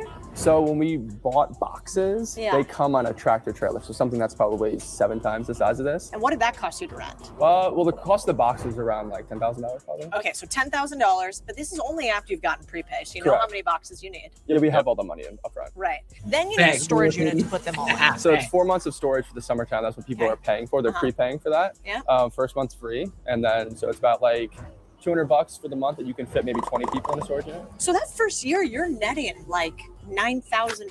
$18,000 in revenue, 64 customers, year one. $18,000 in revenue in year one. 64 customers. How much Yeah. profit? It's complicated startup costs, I would say, when you have like different partnerships and stuff like that. But yeah, we made a Got couple $1,000s in year one. It was year 2 and 3 we started to actually So you're make making like 10 to 20% margins in the first year because you kind of don't know what you're doing. Yeah. That's a fair Or way they to call say it like checkbook accounting or something, Yeah. or like checking account accounting. Yeah, it's my favorite It's growing, type. right? Yeah, exactly. I'm like, is there more in my pocket or less? I love your branding. I love that you guys put your face on the box. Was that to kind of show that this is humans and like young people just like you? I think it was also kind of a joke to like the lawyer on the park bench. Hey, no, like this is Sam or Matt, your classmate from biology class that's helping move Cindy out. Oh, I love that. So basically, you sign up on our website, we ship you all the boxes, tape, bubble wrap, and labels. You pack up your stuff, you snap a couple photos to the ends you're looking to store, lock them in your room and go home. Whoa, And then- I just leave them in my room. Yep. And then we partner with these different universities. That way we can come in the day after campus closes. Oh, that's not bad. Move everything out in a For the year? 24 to 40-hour window, and also use a lot of the students on campus when they're done with their final exams to help do the actual moving. That's sick. So you guys get access to a full row of basically storage or I guess dorms. Grab all their stuff, put it in a big truck like this, and you're off. That way it's Oh, really shit. like optimized as well, so we can go Eventually. dorm by dorm. Flow. Excuse me. Bless me. Eventually, I'm gonna tap into a Chamber of Commerce. Eventually, I'm gonna tap into one. But I want to get. But here's my thing. Before I do, I want to buy one business first. Once I do that, then I will. My floor and just bang it all out. Whoa, okay, taking me back. Now we're in college dorms. And for you guys, you started out by just being in one of these and deciding you were gonna knock on a bunch of your neighbors and asked if they wanted to move their stuff out, right? Yeah, we ended up just printing out some flyers, went door to door, and said, hey, where are you from? Did you take a flight here? Do you need a place to store your stuff over the summer? And if they said yes, gave them a flyer and got them signed up. Hey, what's going on? Nice to see you. Welcome We're here to back. deliver all your stuff. Come on. The first customer we went to, the kid negotiated. I was like, oh, it's going to be $380. She's like, what about like $325? Wow, is this really the way this is gonna go? Yeah, I'm down. Like, I'm a hustler. Like, let's do it, right? And then the next room, the girl was studying abroad, which meant it was double the storage period, and her mom was there frantically packing her up. And I did the calculation. The kid had just negotiated a $350 bill, and the amount was gonna be like $1,500. And I was like, She's like, yeah, who do I make the checkout to? And we're like, Sam Jason. And I got that. I was like, okay, we're good. Like, this is good. We went from 20 campuses to 200 in 2 years. Nice. And we finished last year at $7 million in revenue. And now the goal is we're going to get much deeper on every campus and take the moving infrastructure we built to do more. So now we do B2B stuff. So the actual college hires us to do moving for them. So how many doors do you think you've knocked? In year one, we did every student on campus. That was about 1,000. Whoa. And then since then, maybe 1,000 every year after that. And do you guys continue to use that as your main strategy? Not every student has kind of like the guts to go do that every time, but we do flyering, we do chalking, and then some of the Boulder interns that we have. Yeah, I couldn't either. Well, That's cool. So chalking, I mean, you write on the... Listen, I'm the same. Bull City, I'm the same way. I'm the same way, especially in college. Man, there was a lot of things that boxes. Yeah, right. I'm finna look at some of these clothes that I know that I ain't gonna wear again. Trash or Goodwill. Trash, Goodwill. I was throwing so much shit away and giving so much stuff away. I'm like, listen, I'm trying to leave out of here with at least max 2 to 3 bags. That's it. 2 to 3 bags. I'm up out of here. I'm not trying to do all that packing and shit, man. No, fam. I can't stand packing. A pavement. Hey, do you need a mover? It's gonna say summer storage ? storagescholars.com. Just really good guerrilla marketing. It costs like $5. Oh, I love that. And basically, you've done this so many times now. You have an SOP for just about everything. You're like, here's how you door knock. Here's how you chalk. Yeah? 100%. Oh, love that. There's little videos of us actually doing it and that being like the training for them to watch. Can we put it right here? Yeah. Okay, cool. All right, here, got the vacuum. I know you didn't clean out the vacuum before we gave it to you, but sure you want to put this in your room, just right here? Okay, cool. All right. Awesome. Thanks, man. Yeah. What is the business doing today? This year, we're on track to do between $11 and $12 million top line. Nice. Which means in a weekend, how much are you doing? A little over $200,000. Yeah. In the weekend. It's seasonal, right? So it's fun. You make like basically $0 except for the prepay, right? Yeah. And then in the summertime, it's just like $100,000, $100,000. So it's scary. It's fun. Watching that app, going through all the money. Email notifications, my favorite. Cool. All right, we're all set. Thank you so much. I appreciate it. Have a great semester. You don't need to risk it all to start a business. You just need one small bet and the courage to try it. A sponge and a bucket of water like this, and you too could start your business with one sale at a time, your path to freedom. Damn, boy. That's very impressive. That is very impressive. My goodness. That's what's up. Listen, we always that's one thing about the Cornega Show. We're gonna talk about some business. we gonna put a battery in some people's back. We gonna put batteries in people's back so they can get to this money, bro. Because there's a lot of money to be made out here. There's a lot of money to be made out here in these streets. And so when we continue to listen to people like this who are doing it, and people giving game, and then people actually out here doing it, myself included, out here putting in the work and actually out here looking. Oh, speaking of which, I came across a pressure washing business. Out here, and I sent the email to them, so I'm waiting on a response. That might be the move for me, because it's absentee owned. I already got a cash. When I looked at it, the cash flow on it was already, I think, they were cash flowing net $9,500 a month net. That's after expenses, for those of y'all who don't know. So if you say gross, that means that's before taxes, that's before expenses, that's gross. But net is after taxes, all your expenses are paid. So if you got employees, after you pay them and all that good shit, netting $9,500. Absentee owned, so they already got workers in place. They already got experienced people in place. They already got clientele that they're working on. They already got contracts in place. So literally, I'm just walking into it, and it's already operating machine. And so I could just look at from my expertise, because I had started my own pressure washing business, but the only reason I stopped it just because I didn't have the time. But now, because they're already workers, all I gotta do is just step in, and all I gotta do is scale it, come in and scale, see where they're slacking and see where we can elevate the business. Easy money sniper. And considering the fact that I got a YouTube channel already implement the business into the show. Guess what? This show is sponsored by boom, boom, boom, boom, boom. Yes, sir. Yes, sir. You feel me? You feel me? We said Bull City says their next step is buying storage units, real estate, play the vertical arm, integrates into their core business. Yep, that's a fact. Bull City is so damn hot in Arizona, the water evaporates before the water hits the pavement. Yep, that's a fact. Right now, in February, it was 82 degrees today. Now, of course, it's colder now at night, but it was 82 degrees when I was outside pressure washing in the backyard. 82 degrees. It's crazy. I appreciate your knowledge and willingness to help. Of course, Jermaine. Of course, bro. For sure. All right, y'all. So let's get back into this degenerate behavior. We always got to talk about money on this channel.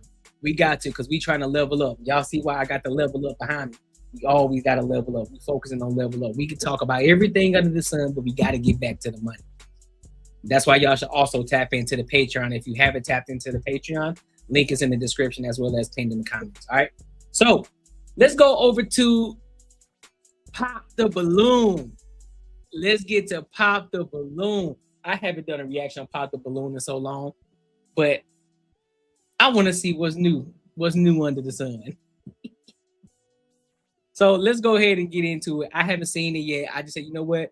I'm gonna watch the next episode, and we probably do like two guys, and then we just gonna do some commentary on it. All right. So let's go ahead and rock out.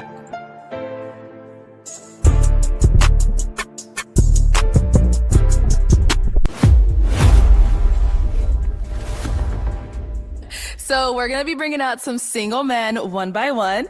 When he comes around this corner, if you like what you see, he's saying all the right things. Do not pop your balloon. However, if there's anything that you're just really not feeling, whatever that may be, go ahead and pop your balloon, and I'll go over to each of you and see why you ended up popping. Are you ladies ready? Yes. Okay. With that being said, let's go ahead and bring out our first single guy. Hold up.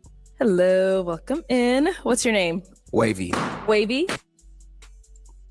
All right, so let's look at the lineup. Let's look at the lineup first. Let's check out the lineup. What we got? We got red far left. Okay, so these are definitely plus age. They're definitely 38 and older. Definitely 38 and over. I don't see nobody under 38. Nobody.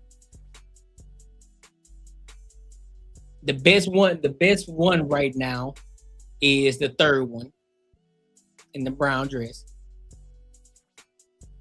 The one next to her, almost, but I don't like the way that her face looking right now. I don't like her face. So yeah, the best one right now is the third one in the brown dress. Yep. All right. Better recruits than normal, yeah. Oh, I got you, Batters on. I got you. 42? But I thought that was a YN.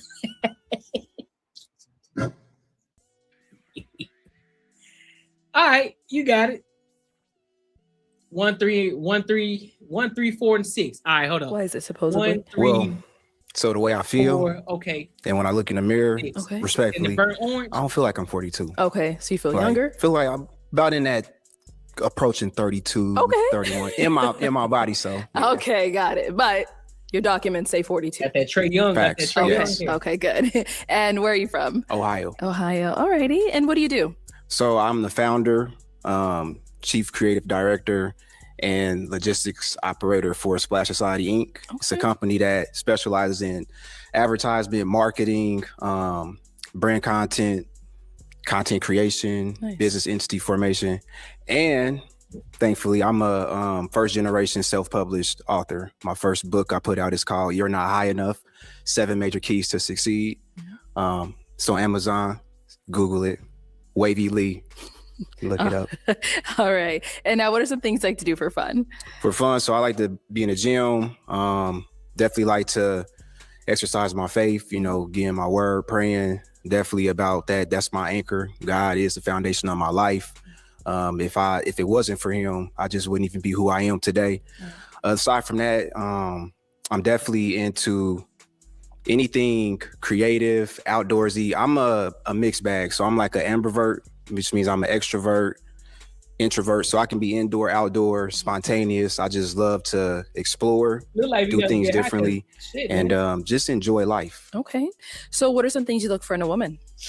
I look for a woman, as I've learned now in life, someone that won't be a stumbling block to my discipline. Okay. A woman that won't hinder my routine, meaning that we on the same wave as far as her structure, her discipline, what her routine is. I'm also not about arguments, so I don't really vibe with a contentious woman. Someone that is able to be led. You say he might get 2 or 3 with that sales pitch? Yeah, for sure. But you already know how it is. Somebody gonna watch this. Hold up, before we get there. Somebody gonna say something about his haircut. Somebody gonna say something about his fashion. Or they might say something about his height. For real? They flat the stream?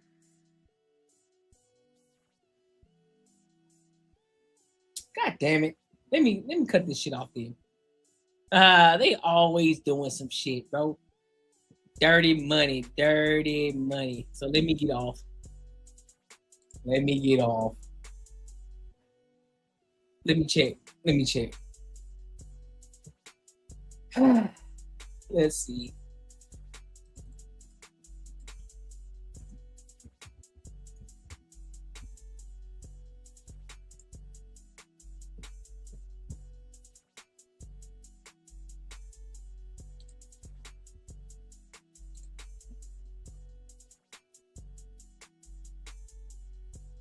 I don't see it. Let me see. I don't see where it says it. Right. But well, back to the money talk. You feel me? God damn, boy. All right, so let me go. Let me go. Let me get off of here. Jesus Christ.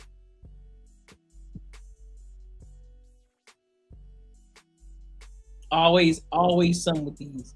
Always something with these people. It kicked both of y'all? Okay. So let me go back out there. Jesus Christ. Give me a second.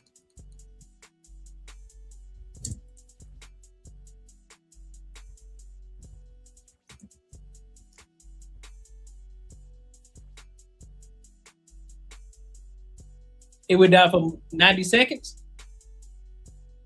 Well, we know we can't do pop the balloon no more. Jesus Christ.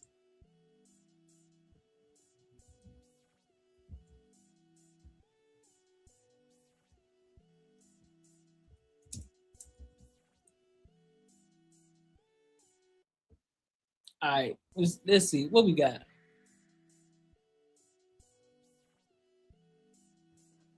Who do we want to talk about when we talk about this money? When we talk about this money. Your ex-wife was taller than you? What? They talking to, listen.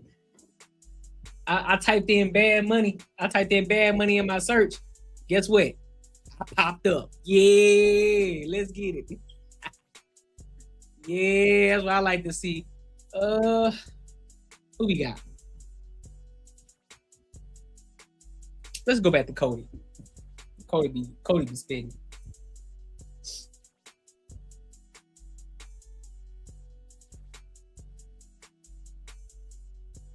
Ooh, this is a good one. Stop thinking you need to leave your 9-to-5 to get rich.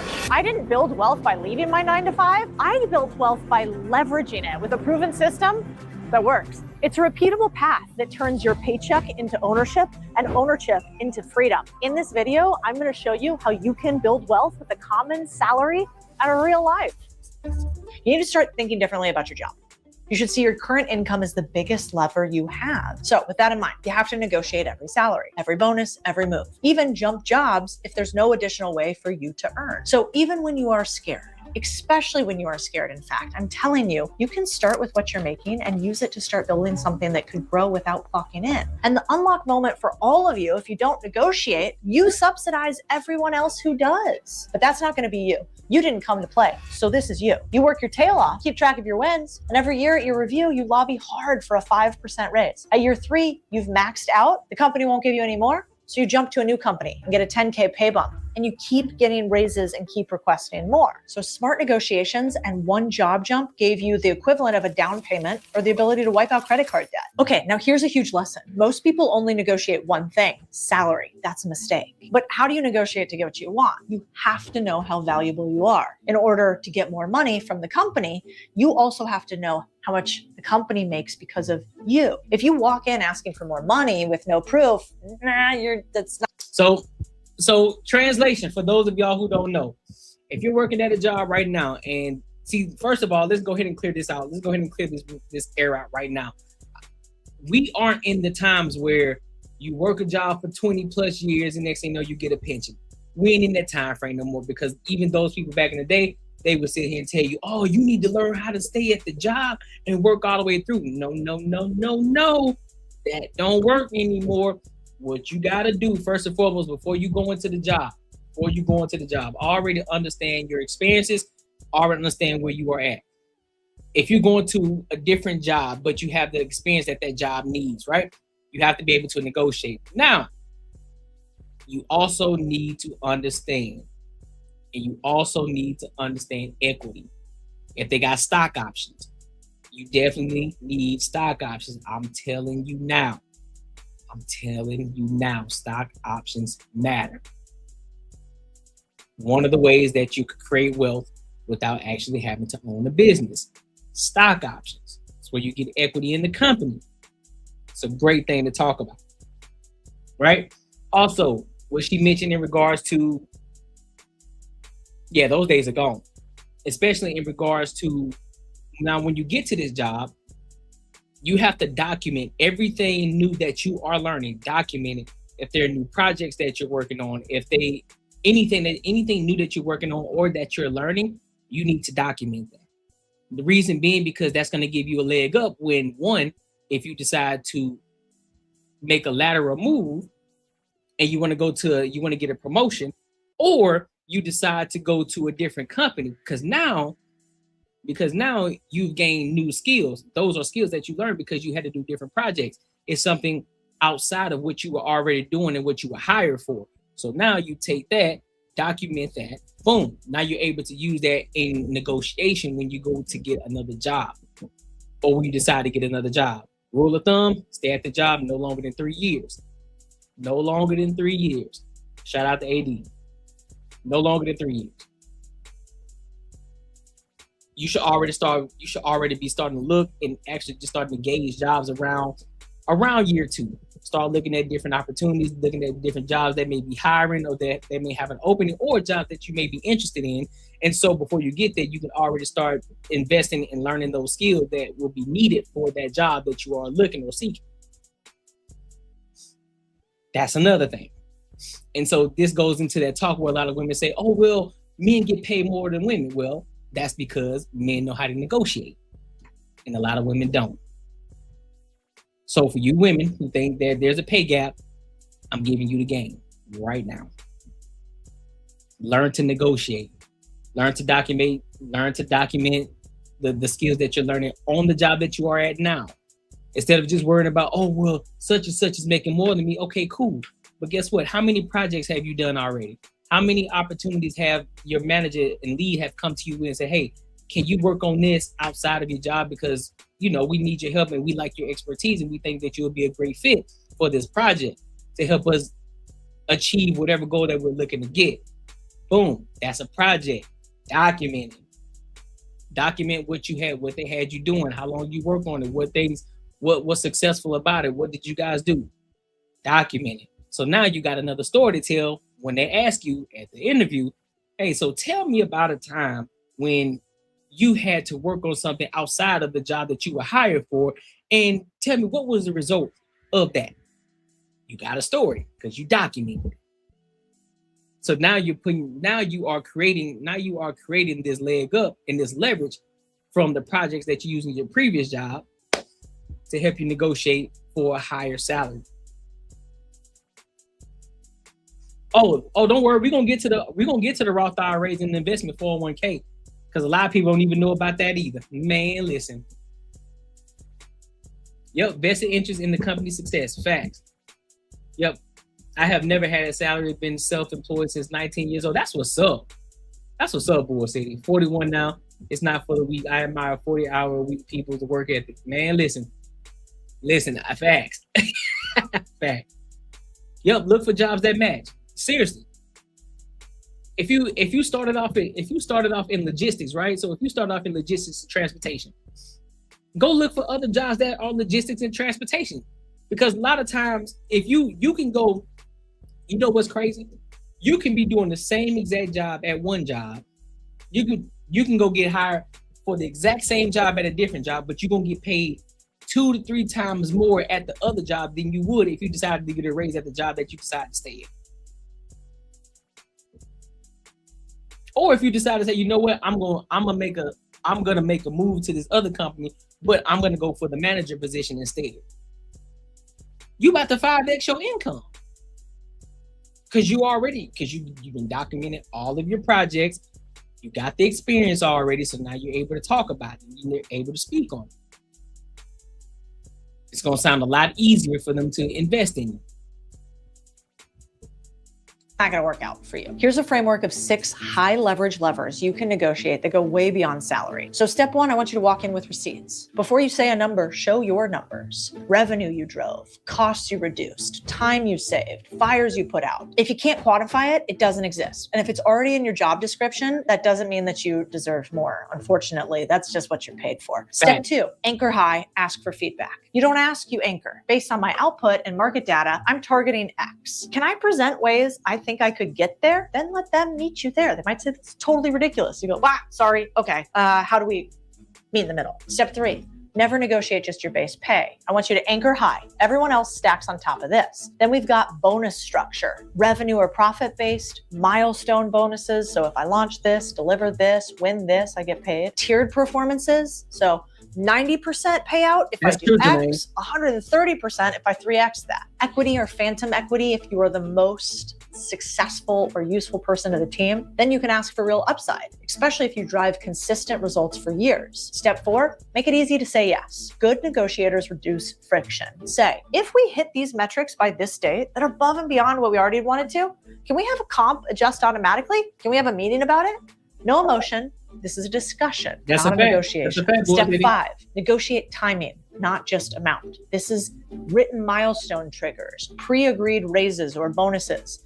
Delayed money with certainty beats hoped for money. Number 6, don't threaten ever. Create optionality. Never say, I'll leave. You could say, here's the value I create. I'd love to figure out how to get the next unlock in the next 6 to 12 months. Is that reasonable? The strongest position is you're calm, you have options, you don't need to force anything. And then ask for what you're missing. You can literally make more money by saying, what skills or things have I not hit yet that are in the way of my next raise? I kid y'all not. I had a conversation with an upper management at my company. And I literally had a one-on-one. I said, listen, I'm looking to elevate my skills. What is it that I need, or what projects do I need under my belt, or what skills do I need to learn that can help move me and keep me on the path in which I'm trying to go? And she was more than willing to help. So like, oh, absolutely. You know what I'm going to do? I'm going to put together a plan. We're going to talk about it. We're going to have a conversation. You know, we're going to talk about, let me put some things together. So I think, as a matter of fact, what's today, the 6th? Today's Friday, right? So on the 2nd, so actually Tuesday, supposed to be having a conversation with her about a promotion. So see how that go. That is like, that's some master Jedi manipulation. Let me see your identification. What are some skills or things have I not hit yet that are in the way of my next round? Remember, your salary negotiation isn't a confrontation, it's alignment. If a company won't pay you more when you produce more, it's not a negotiation problem, that's a business model problem. So know your value, prove your value, then the math just talks. This gets us to the next step, manage your money. This is where we build your foundation, emergency fund, insurance, getting rid of big expensive debt like credit cards. Because the trap is if your income rises, but your lifestyle rises just as fast, you're losing the game, you're not winning it. So we've got to live below our means for a minute. And the key here isn't willpower, it's automation. If you see the money, you'll spend it. America's smallest millionaire is about to become a big-time spender. So I want you to set systems that move it before you touch it. This is auto transfer to savings, auto transfer to your brokerage, retirement, right? Oh, shout out to the brokerage accounts. Shout out to the brokerage accounts. Shout out to the Roth IRAs. Shout out to the 401ks. Shout out to the stocks. Shout out to all of them. Listen, this is where a lot of people fuck up at. This is where a lot of people fuck up at right here, and they complain about how much money they are not making, and they don't focus on how much money they can actually be making on the back end. So when people say, I think another issue is too, they hear a lot of people say on Instagram, TikTok, YouTube, invest in yourself, invest in yourself, invest in yourself, or pay yourself first, pay yourself first. What the fuck does that even mean? Some people don't even know what that means. They think, and especially when they say, well, pay yourself before the government pays itself or before it pays the medical insurance and all that. They don't even know what that means. So we're gonna give y'all a quick breakdown of actually what that actually means. So for those of you who don't look into your portals, you know, on how you're getting paid and the type of money that you're making, what you can do, a lot of companies have moved on to, you know, digital platforms. So you can see how much money you're making. You can make adjustments on your pays or how much a certain amount can go into this account or how much money can go into that account, X, Y, and Z, right? And so one of the things that I'm lucky to do, I appreciate you, big dog. One of the big things that I learned is that the company that I already have a brokerage account with, we're gonna get your brokerage account. I have a brokerage account with, they are already partnered with the company that I work with. So it's easier to have my money go directly into my Roth IRAs, my 401ks, and all of my stocks and ETFs that I have, right? So I don't have to see it. I can already set it at a certain amount that I want, and then I don't have to ever see it again. And so it automatically get paid. I automatically get paid, and the money goes into my account without me having to see it. Automatic. I get paid on a Friday.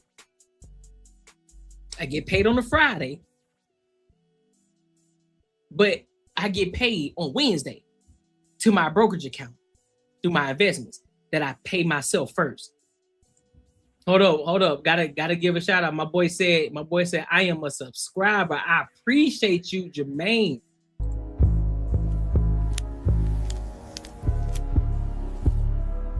That's top dog aura right there. Appreciate you. So this is what they mean by investing in yourself first. So this is why you should go and get my ebook, Earn While You Save. The link is in the description as well as pinned in the comments. You can find the ebook there. That's why you got to tap into the Patreon. I'm telling you, it's a very valuable book. It's a very valuable ebook. I'm telling you now, it will save your life and it will save your finances. It's $60. It would do you more good to pay the $60 and save you hundreds and hundreds of dollars versus not paying $60 and losing out on hundreds and hundreds and hundreds of dollars. So yes, if you are at a job right now, go into your portal, figure out how much you can pay, or figure out how much you're getting paid. Start setting the percentage at how much you want to take out of your paycheck that you will never see. This is at the gross amount. This is at the gross amount before it pays the taxes, before it pays your insurance, the health, and all of that shit. Take that money out. Have that money automatically go into your brokerage account. Put your money into an ETF, and I break that down in the ebook as well, and tell you what ETFs to go ahead and invest in. Easy. And over time, don't look at your brokerage account. And over time, you're gonna realize that your money has been working for you instead of putting it in a traditional savings account, and it ain't making you no money. And more times than not, you're losing money more than anything because your money ain't working for you. We want our money working for us. If you see an easy 30K, see what I'm saying? You already on top of it. Yep, and the insurance. You gotta get life, and you gotta get life insurance. You gotta get life insurance. Listen, we here. We here on the Cornega Show. We here. When your paycheck hits. This is what I did in the beginning when I had a paycheck. So back when I was working for other people, I would immediately select, and almost every company allows you to do this. At my height, I did 25% of every dollar I made immediately went into my savings. That meant that I didn't even realize that I had anything to spend. I think I do 20%. And that's how you keep the ownership loop running, even when life gets busy. There's a lot of ways people do this. I like the classic 50-30-20 rule. Almost everybody in finance knows this rule. Normal people don't. Here's how it goes. 50% of your paycheck goes to needs, 30% to wants, 20% to savings, investing, etc. An example, take home $10,000 a month. That means $5,000 go to needs, rent, car, living. $3,000 to wants, going out to movies, dinners, etc. $2,000 to savings, investing. So if you use a basic baseline like this, then you're early in the game. The second thing that I was taught in finance is having an FU fund. And if money buys you only one thing, I think it should be freedom. Because rich isn't a number, it's the time you control. It's the power to say F you when you hate your job, you're not learning anything, and you can mean it to your boss. I think the old way we were taught is grind 40 years, retire later. My plan was buy freedom in 3. I wanted to do it in 36 months. So here's how. The goal is simple. You save 3 years worth of your annual living expenses. Why 3 years? Because even in the worst case scenario, it takes about that long to pivot careers entirely, to take a little bit of time to recuperate, to start a cash flowing business or buy one. So let's do the math here. Super easy. $3,000 a month to live on, let's say. So whatever your monthly number is, you multiply that by 36 months. So your target savings is 108K in this instance.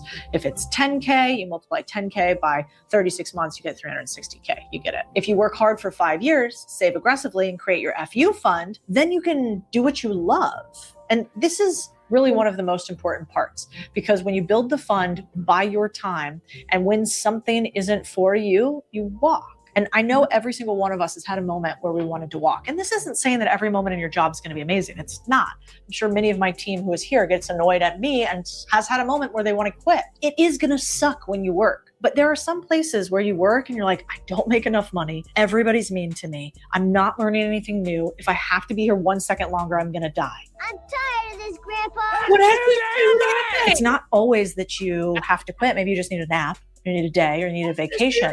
But for a lot of people, they stay in jobs for decades that they hate. And I don't want that to be you. The other thing I want you to do that's a no-brainer is move your savings from a 0.02% account to a 4% high yield one. And this is because lazy money's dead money. Inflation is not at 0.02%. So if you leave it there, you're actually losing money every single day. And so if you do all this, you'll find that while everybody else might be accumulating stuff, they might have cooler new outfits, cooler new rings, you're tapping into something way more valuable, options. And those other things give you options money can't buy, which is confidence to go do what you are supposed to in the world. Maybe to go build a business or buy a business that will truly change your life. When I bought my first business, the laundromat of all things, I didn't have some master plan. I was in private equity, watching Wall Street play Monopoly with billions. But I wanted to bet on Main Street. Saw a laundromat ad for sale and thought, why not? It was messy, machines broke, it smelled weird. But the cash flow was real, and one step changed everything. The same thing happened when I tried to get my first site online. Hosting, domains, emails, it was a mess. That friction kills more ideas than fear ever will. That's why I tell people, if you're starting anything today, make it easy on yourself. Use something like Hostinger. You get your domain, website, email, and even AI tools all in one place. No tool chaos or tech headaches. You can literally go from idea to live site in minutes. And it's actually priced for people who are just starting, not just people who are 10 to get the New Year's deal. Don't overthink it, just ship it. A lot of what we talk about with people who are in jobs but want to buy one is called an ownership tithe. And basically that means I'd like you to put 10% in savings that are pretty static, stock market, debt, mutual funds, etc. But what about 10% into savings that you use to buy a cash flowing business? Let me give you an example from our boardroom community. His name's Jesus. So he worked at a corporate job, steady salary, stable path, but he wanted to be an entrepreneur. So he had that voice in the back of his head that said, you're meant for more. And it kind of kept getting louder and louder. So he joined our community, listened to 6 months of live calls, learned about deal making, listened to feedback. And in just those 6 months, Jesus made the leap. He structured a $4.5 million deal to acquire a $7 million manufacturing company that manufactures clothes. And he got it with seller financing, an earnout, and a bunch of downside protections. Now he has a team of 88 employees. This strategy is what we call the profit payback. And you can break even in months, not years, if you do the work. Because, maybe you're like Jesus. He didn't escape the system. He ran the ownership loop all the way through. So wealth doesn't have to be built from a giant salary. And that's how the 9-to-5ers are becoming millionaire entrepreneurs, by using their paycheck system. And Jesus' story actually isn't all that unique. I've taught more than 14,000 people in our communities the exact same thing on their road to becoming multimillionaires and business owners. This isn't a one-off. And inside the Contrarian Academy, we show aspiring business owners exactly how to make their first acquisition. Most people think starting a business from scratch is the only way. The truth, buying cash flowing business. And also, I also believe that you should be doing, if you do have a 9-to-5 and you're focusing on building your skills within the 9-to-5 that you're working, I also think that you should also have another source of income that you're doing outside of your job. That could be anything. You could be learning a new skill. You could be doing content creation, YouTube. You can be starting some type, buying, purchasing, trying to purchase a business that's already cash flowing. You could be doing that. You could be doing a lot of different things too. I don't think that you should just subject yourself to the 9-to-5. That's my personal opinion. I know some people may differ, but that's my personal opinion. I do think that you should be doing something outside of just your 9-to-5 job.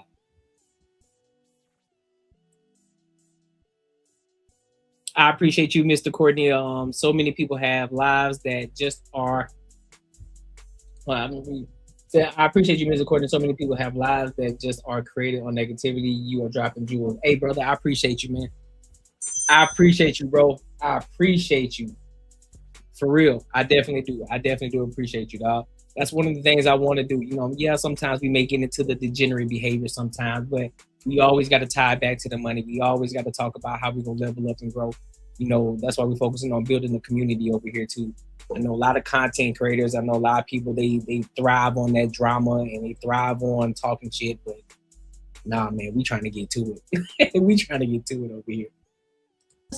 Maybe even more interesting. By the way, if you want to learn everything I just talked about in 72 hours, virtual from anywhere in the world. Speaking of which, Bull City, is that you can grow a sugar mama and have them pay for their own wants. Facts. That frees up some of your cash. That's true too. So look, peep this email that I sent. Remember the pressure washing business I was talking about? So peep.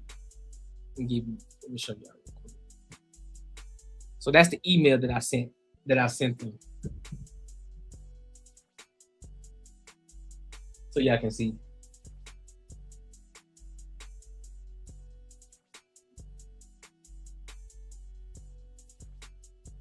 So y'all can pause and read it. So listen, we out here working. We not playing. We not playing. We not playing. There we go.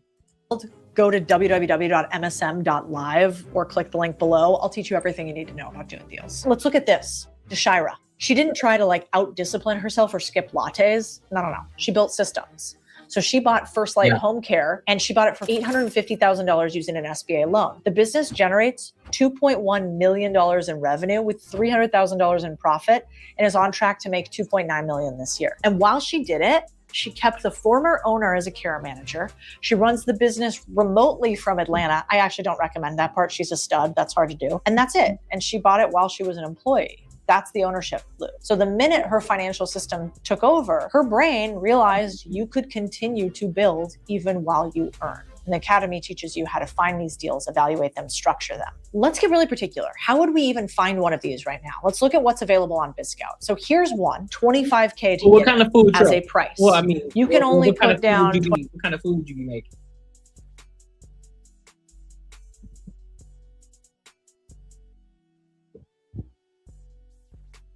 $20%, that's $5K out of pocket. You can use seller financing or an SBA loan to fund the remaining $20K over 3 years at 10% interest. So that's $7,750-ish payment. The year one cash flow to you is $16,248-ish. So if you have that amount of profit on only $5,000 invested, it's like a 300% ROI in the first year. That's the kind of deal people hunt for. Or because this is a lower cost of entry, you can pay cash for this deal and basically break even in year one. You're going to have to do the work. It is not easy, but it is totally doable. Like, check out this one. It's your own skincare brand. This one's in Florida, and I like Florida. Great place to do business. Look at that shit. Cash flow, that cash flow on 1.1 mil, gross 9.5 mil, inventory $35,000 worth of inventory, 750 in EBITDA. So the asking price is I guess you can say just say 1.3. So that's a business.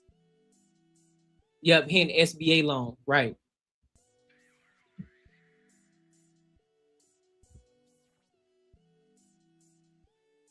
So look, that's a business that somebody can buy right now. Well, I'm pretty sure somebody may have already bought it yet, but I'm just talking about in the time in which she showed this.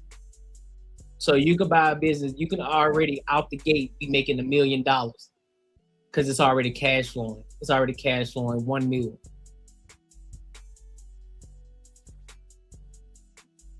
Already cash flowing 1 mil. And you can use an SBA loan, or if you're good, or depending on the type of seller that you're dealing with, they may be open to creative financing, which you could do creative financing, which if you wanted to, you could potentially have zero down and you could pay them a certain amount over time plus interest. Which then you can also leverage that by saying, well, listen, if you want X amount of dollars over time, I'll pay that plus interest. So therefore, you'll be making more money than what you are asking for right now.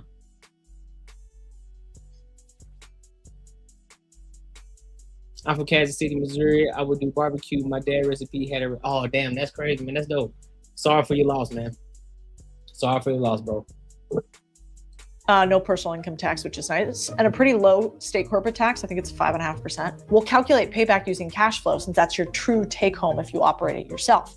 If you put 10% down and finance the rest with an SBA loan, in year one of cash flow, it's 1.1 million less your annual SBA loan payment of $186,000. So you're making about $913,000. That's a 700% return on the cash you invested. And these are just two examples. And the SBA is a small business administration. But they don't lend you the money, the banks actually lend you the money. For those of y'all who don't know that. Did again, we need to make sure these numbers are real. But I think the point is we've got to break the frame. Jesus bought a company with a full team. Deshira bought a home care business that provides profit. And this part is so important. We didn't do anything new. We didn't reinvent the wheel. We didn't chase the shiny trend. Something boring, profitable, stable. Nothing required special talent. Nothing required quitting your job blindly, taking wild risks, or sacrificing your sanity. You don't even have to do a personal guarantee. You could skip the SBA loan, raise third-party equity or debt, and have the assets of the business behind. This is the same system I've taught thousands. And by the way, I still have private equity before that, where they've done this for decades. It works the same. Facts. Having the seller hold a bank note, a retiree looks at that like an annuity. It allows them to retire with a steady income. Exactly. And they're getting paid interest on top of it. So now they can sit back and say, you know what, I'm getting a steady income, I'm chilling, I don't gotta worry about it, or I don't have to be quote unquote careful. Because you know how some people are, they feel better getting that money paid out over time versus just getting that one large lump sum of money. Like, look, pay me a certain amount over time, we good on that. But then some people, listen, I want my money right now, and that's fair. But once I find one of them, we in the game, cuz.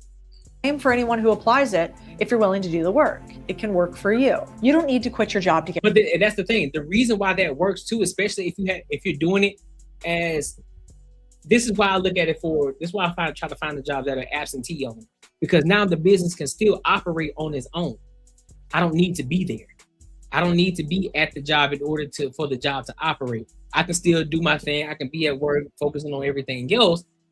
And then I can tap in from time to time to make sure everything's going smooth, and I can focus on the back end work. I can actually focus on the business and scaling the business.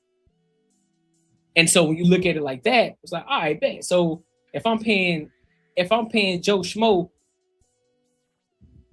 let's just say $6,000. If I'm paying Joe Schmo $6,000 a month, and originally that's taken away from my profit, I need to figure out how to scale this business to where now I'm getting that full profit back. Plus, I'm still able to pay Joe Schmo 6 bands and potentially pay that shit up a lot quicker too. Like, you know what? I'm paying Joe Schmo 6 bands. Listen, man, Joe Schmo, I'm gonna pay you 8 bands. I'm gonna go ahead and pay you 8 bands because I want to be able to pay this down a little faster. Pay this down a little faster so we can get to it. So we can go ahead and get this thing over with. You feel me? Not to be in your business, but how do you work right now? Do you have to work? Yeah, I do. Yeah, I work. Yes, sir. I sure do. I work right now. I got this. Of course, I got the YouTube channel, and I'm in the process of looking to purchase a business right now. So that's where I'm at. I'm actually actively doing, which is why I showed y'all the email. So I'm actively doing it, actively looking to purchase a business right now. So, and then I'm also in contact with another guy about a cleaning service. The business is already cash flowing too. So I'm going to send them an email probably Monday. I'll send an email out probably Sunday, but they'll get it Monday. You know what I mean?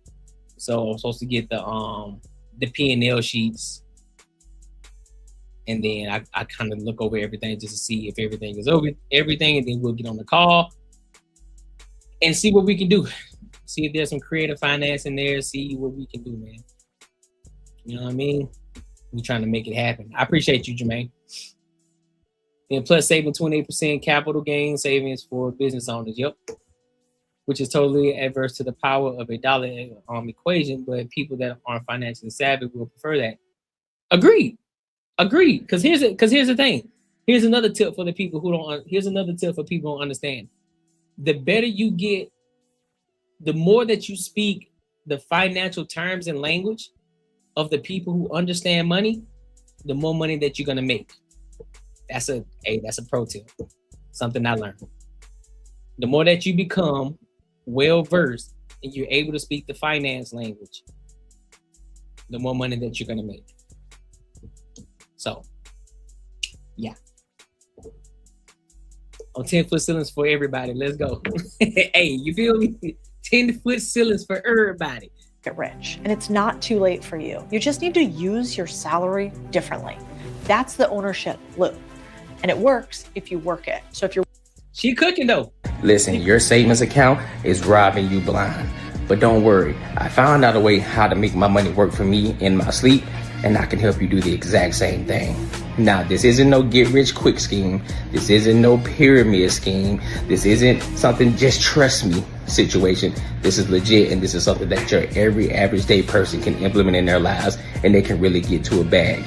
This isn't a short-term play. It's a long-term play. There's a promo going on right now, so you definitely want to jump on it before the price goes up because this is too valuable. The link is in the description, and hey, let's get our money up. Let's get back to the video. Yeah. Listen. Yes. He says, don't be afraid to ask questions. Oh yeah, absolutely. Don't be afraid to ask questions at all. I will not be afraid to ask questions. I'm going to be asking a lot of questions. I want to know what's going on the back end. What things do I need to be aware of? You know, what are some things that may not be on the sheet that you're showing me?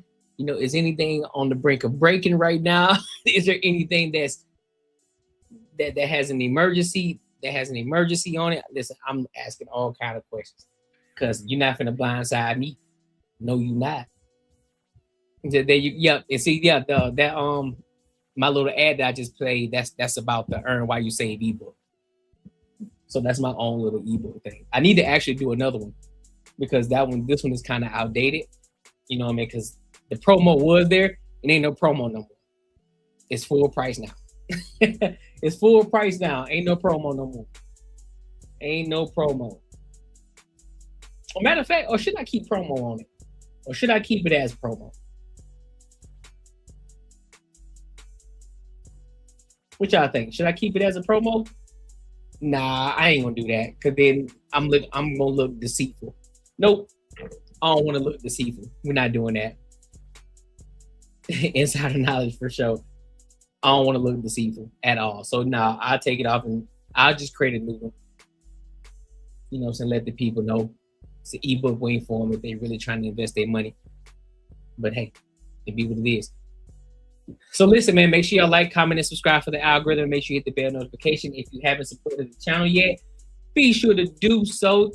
It helps me continue to keep giving y'all great quality content, man. And also, it just lets me know that y'all rocking with your boy. And, you know, it just puts a battery in my back to just continue to keep on pushing. If I'm being honest, if I'm being 100% honest. Just puts a battery in my back, dog. You know what I mean? What else we got? What else we got? I think we good. I think we got everything. Talked about everything. Yep, we sure did. Tonight was dope.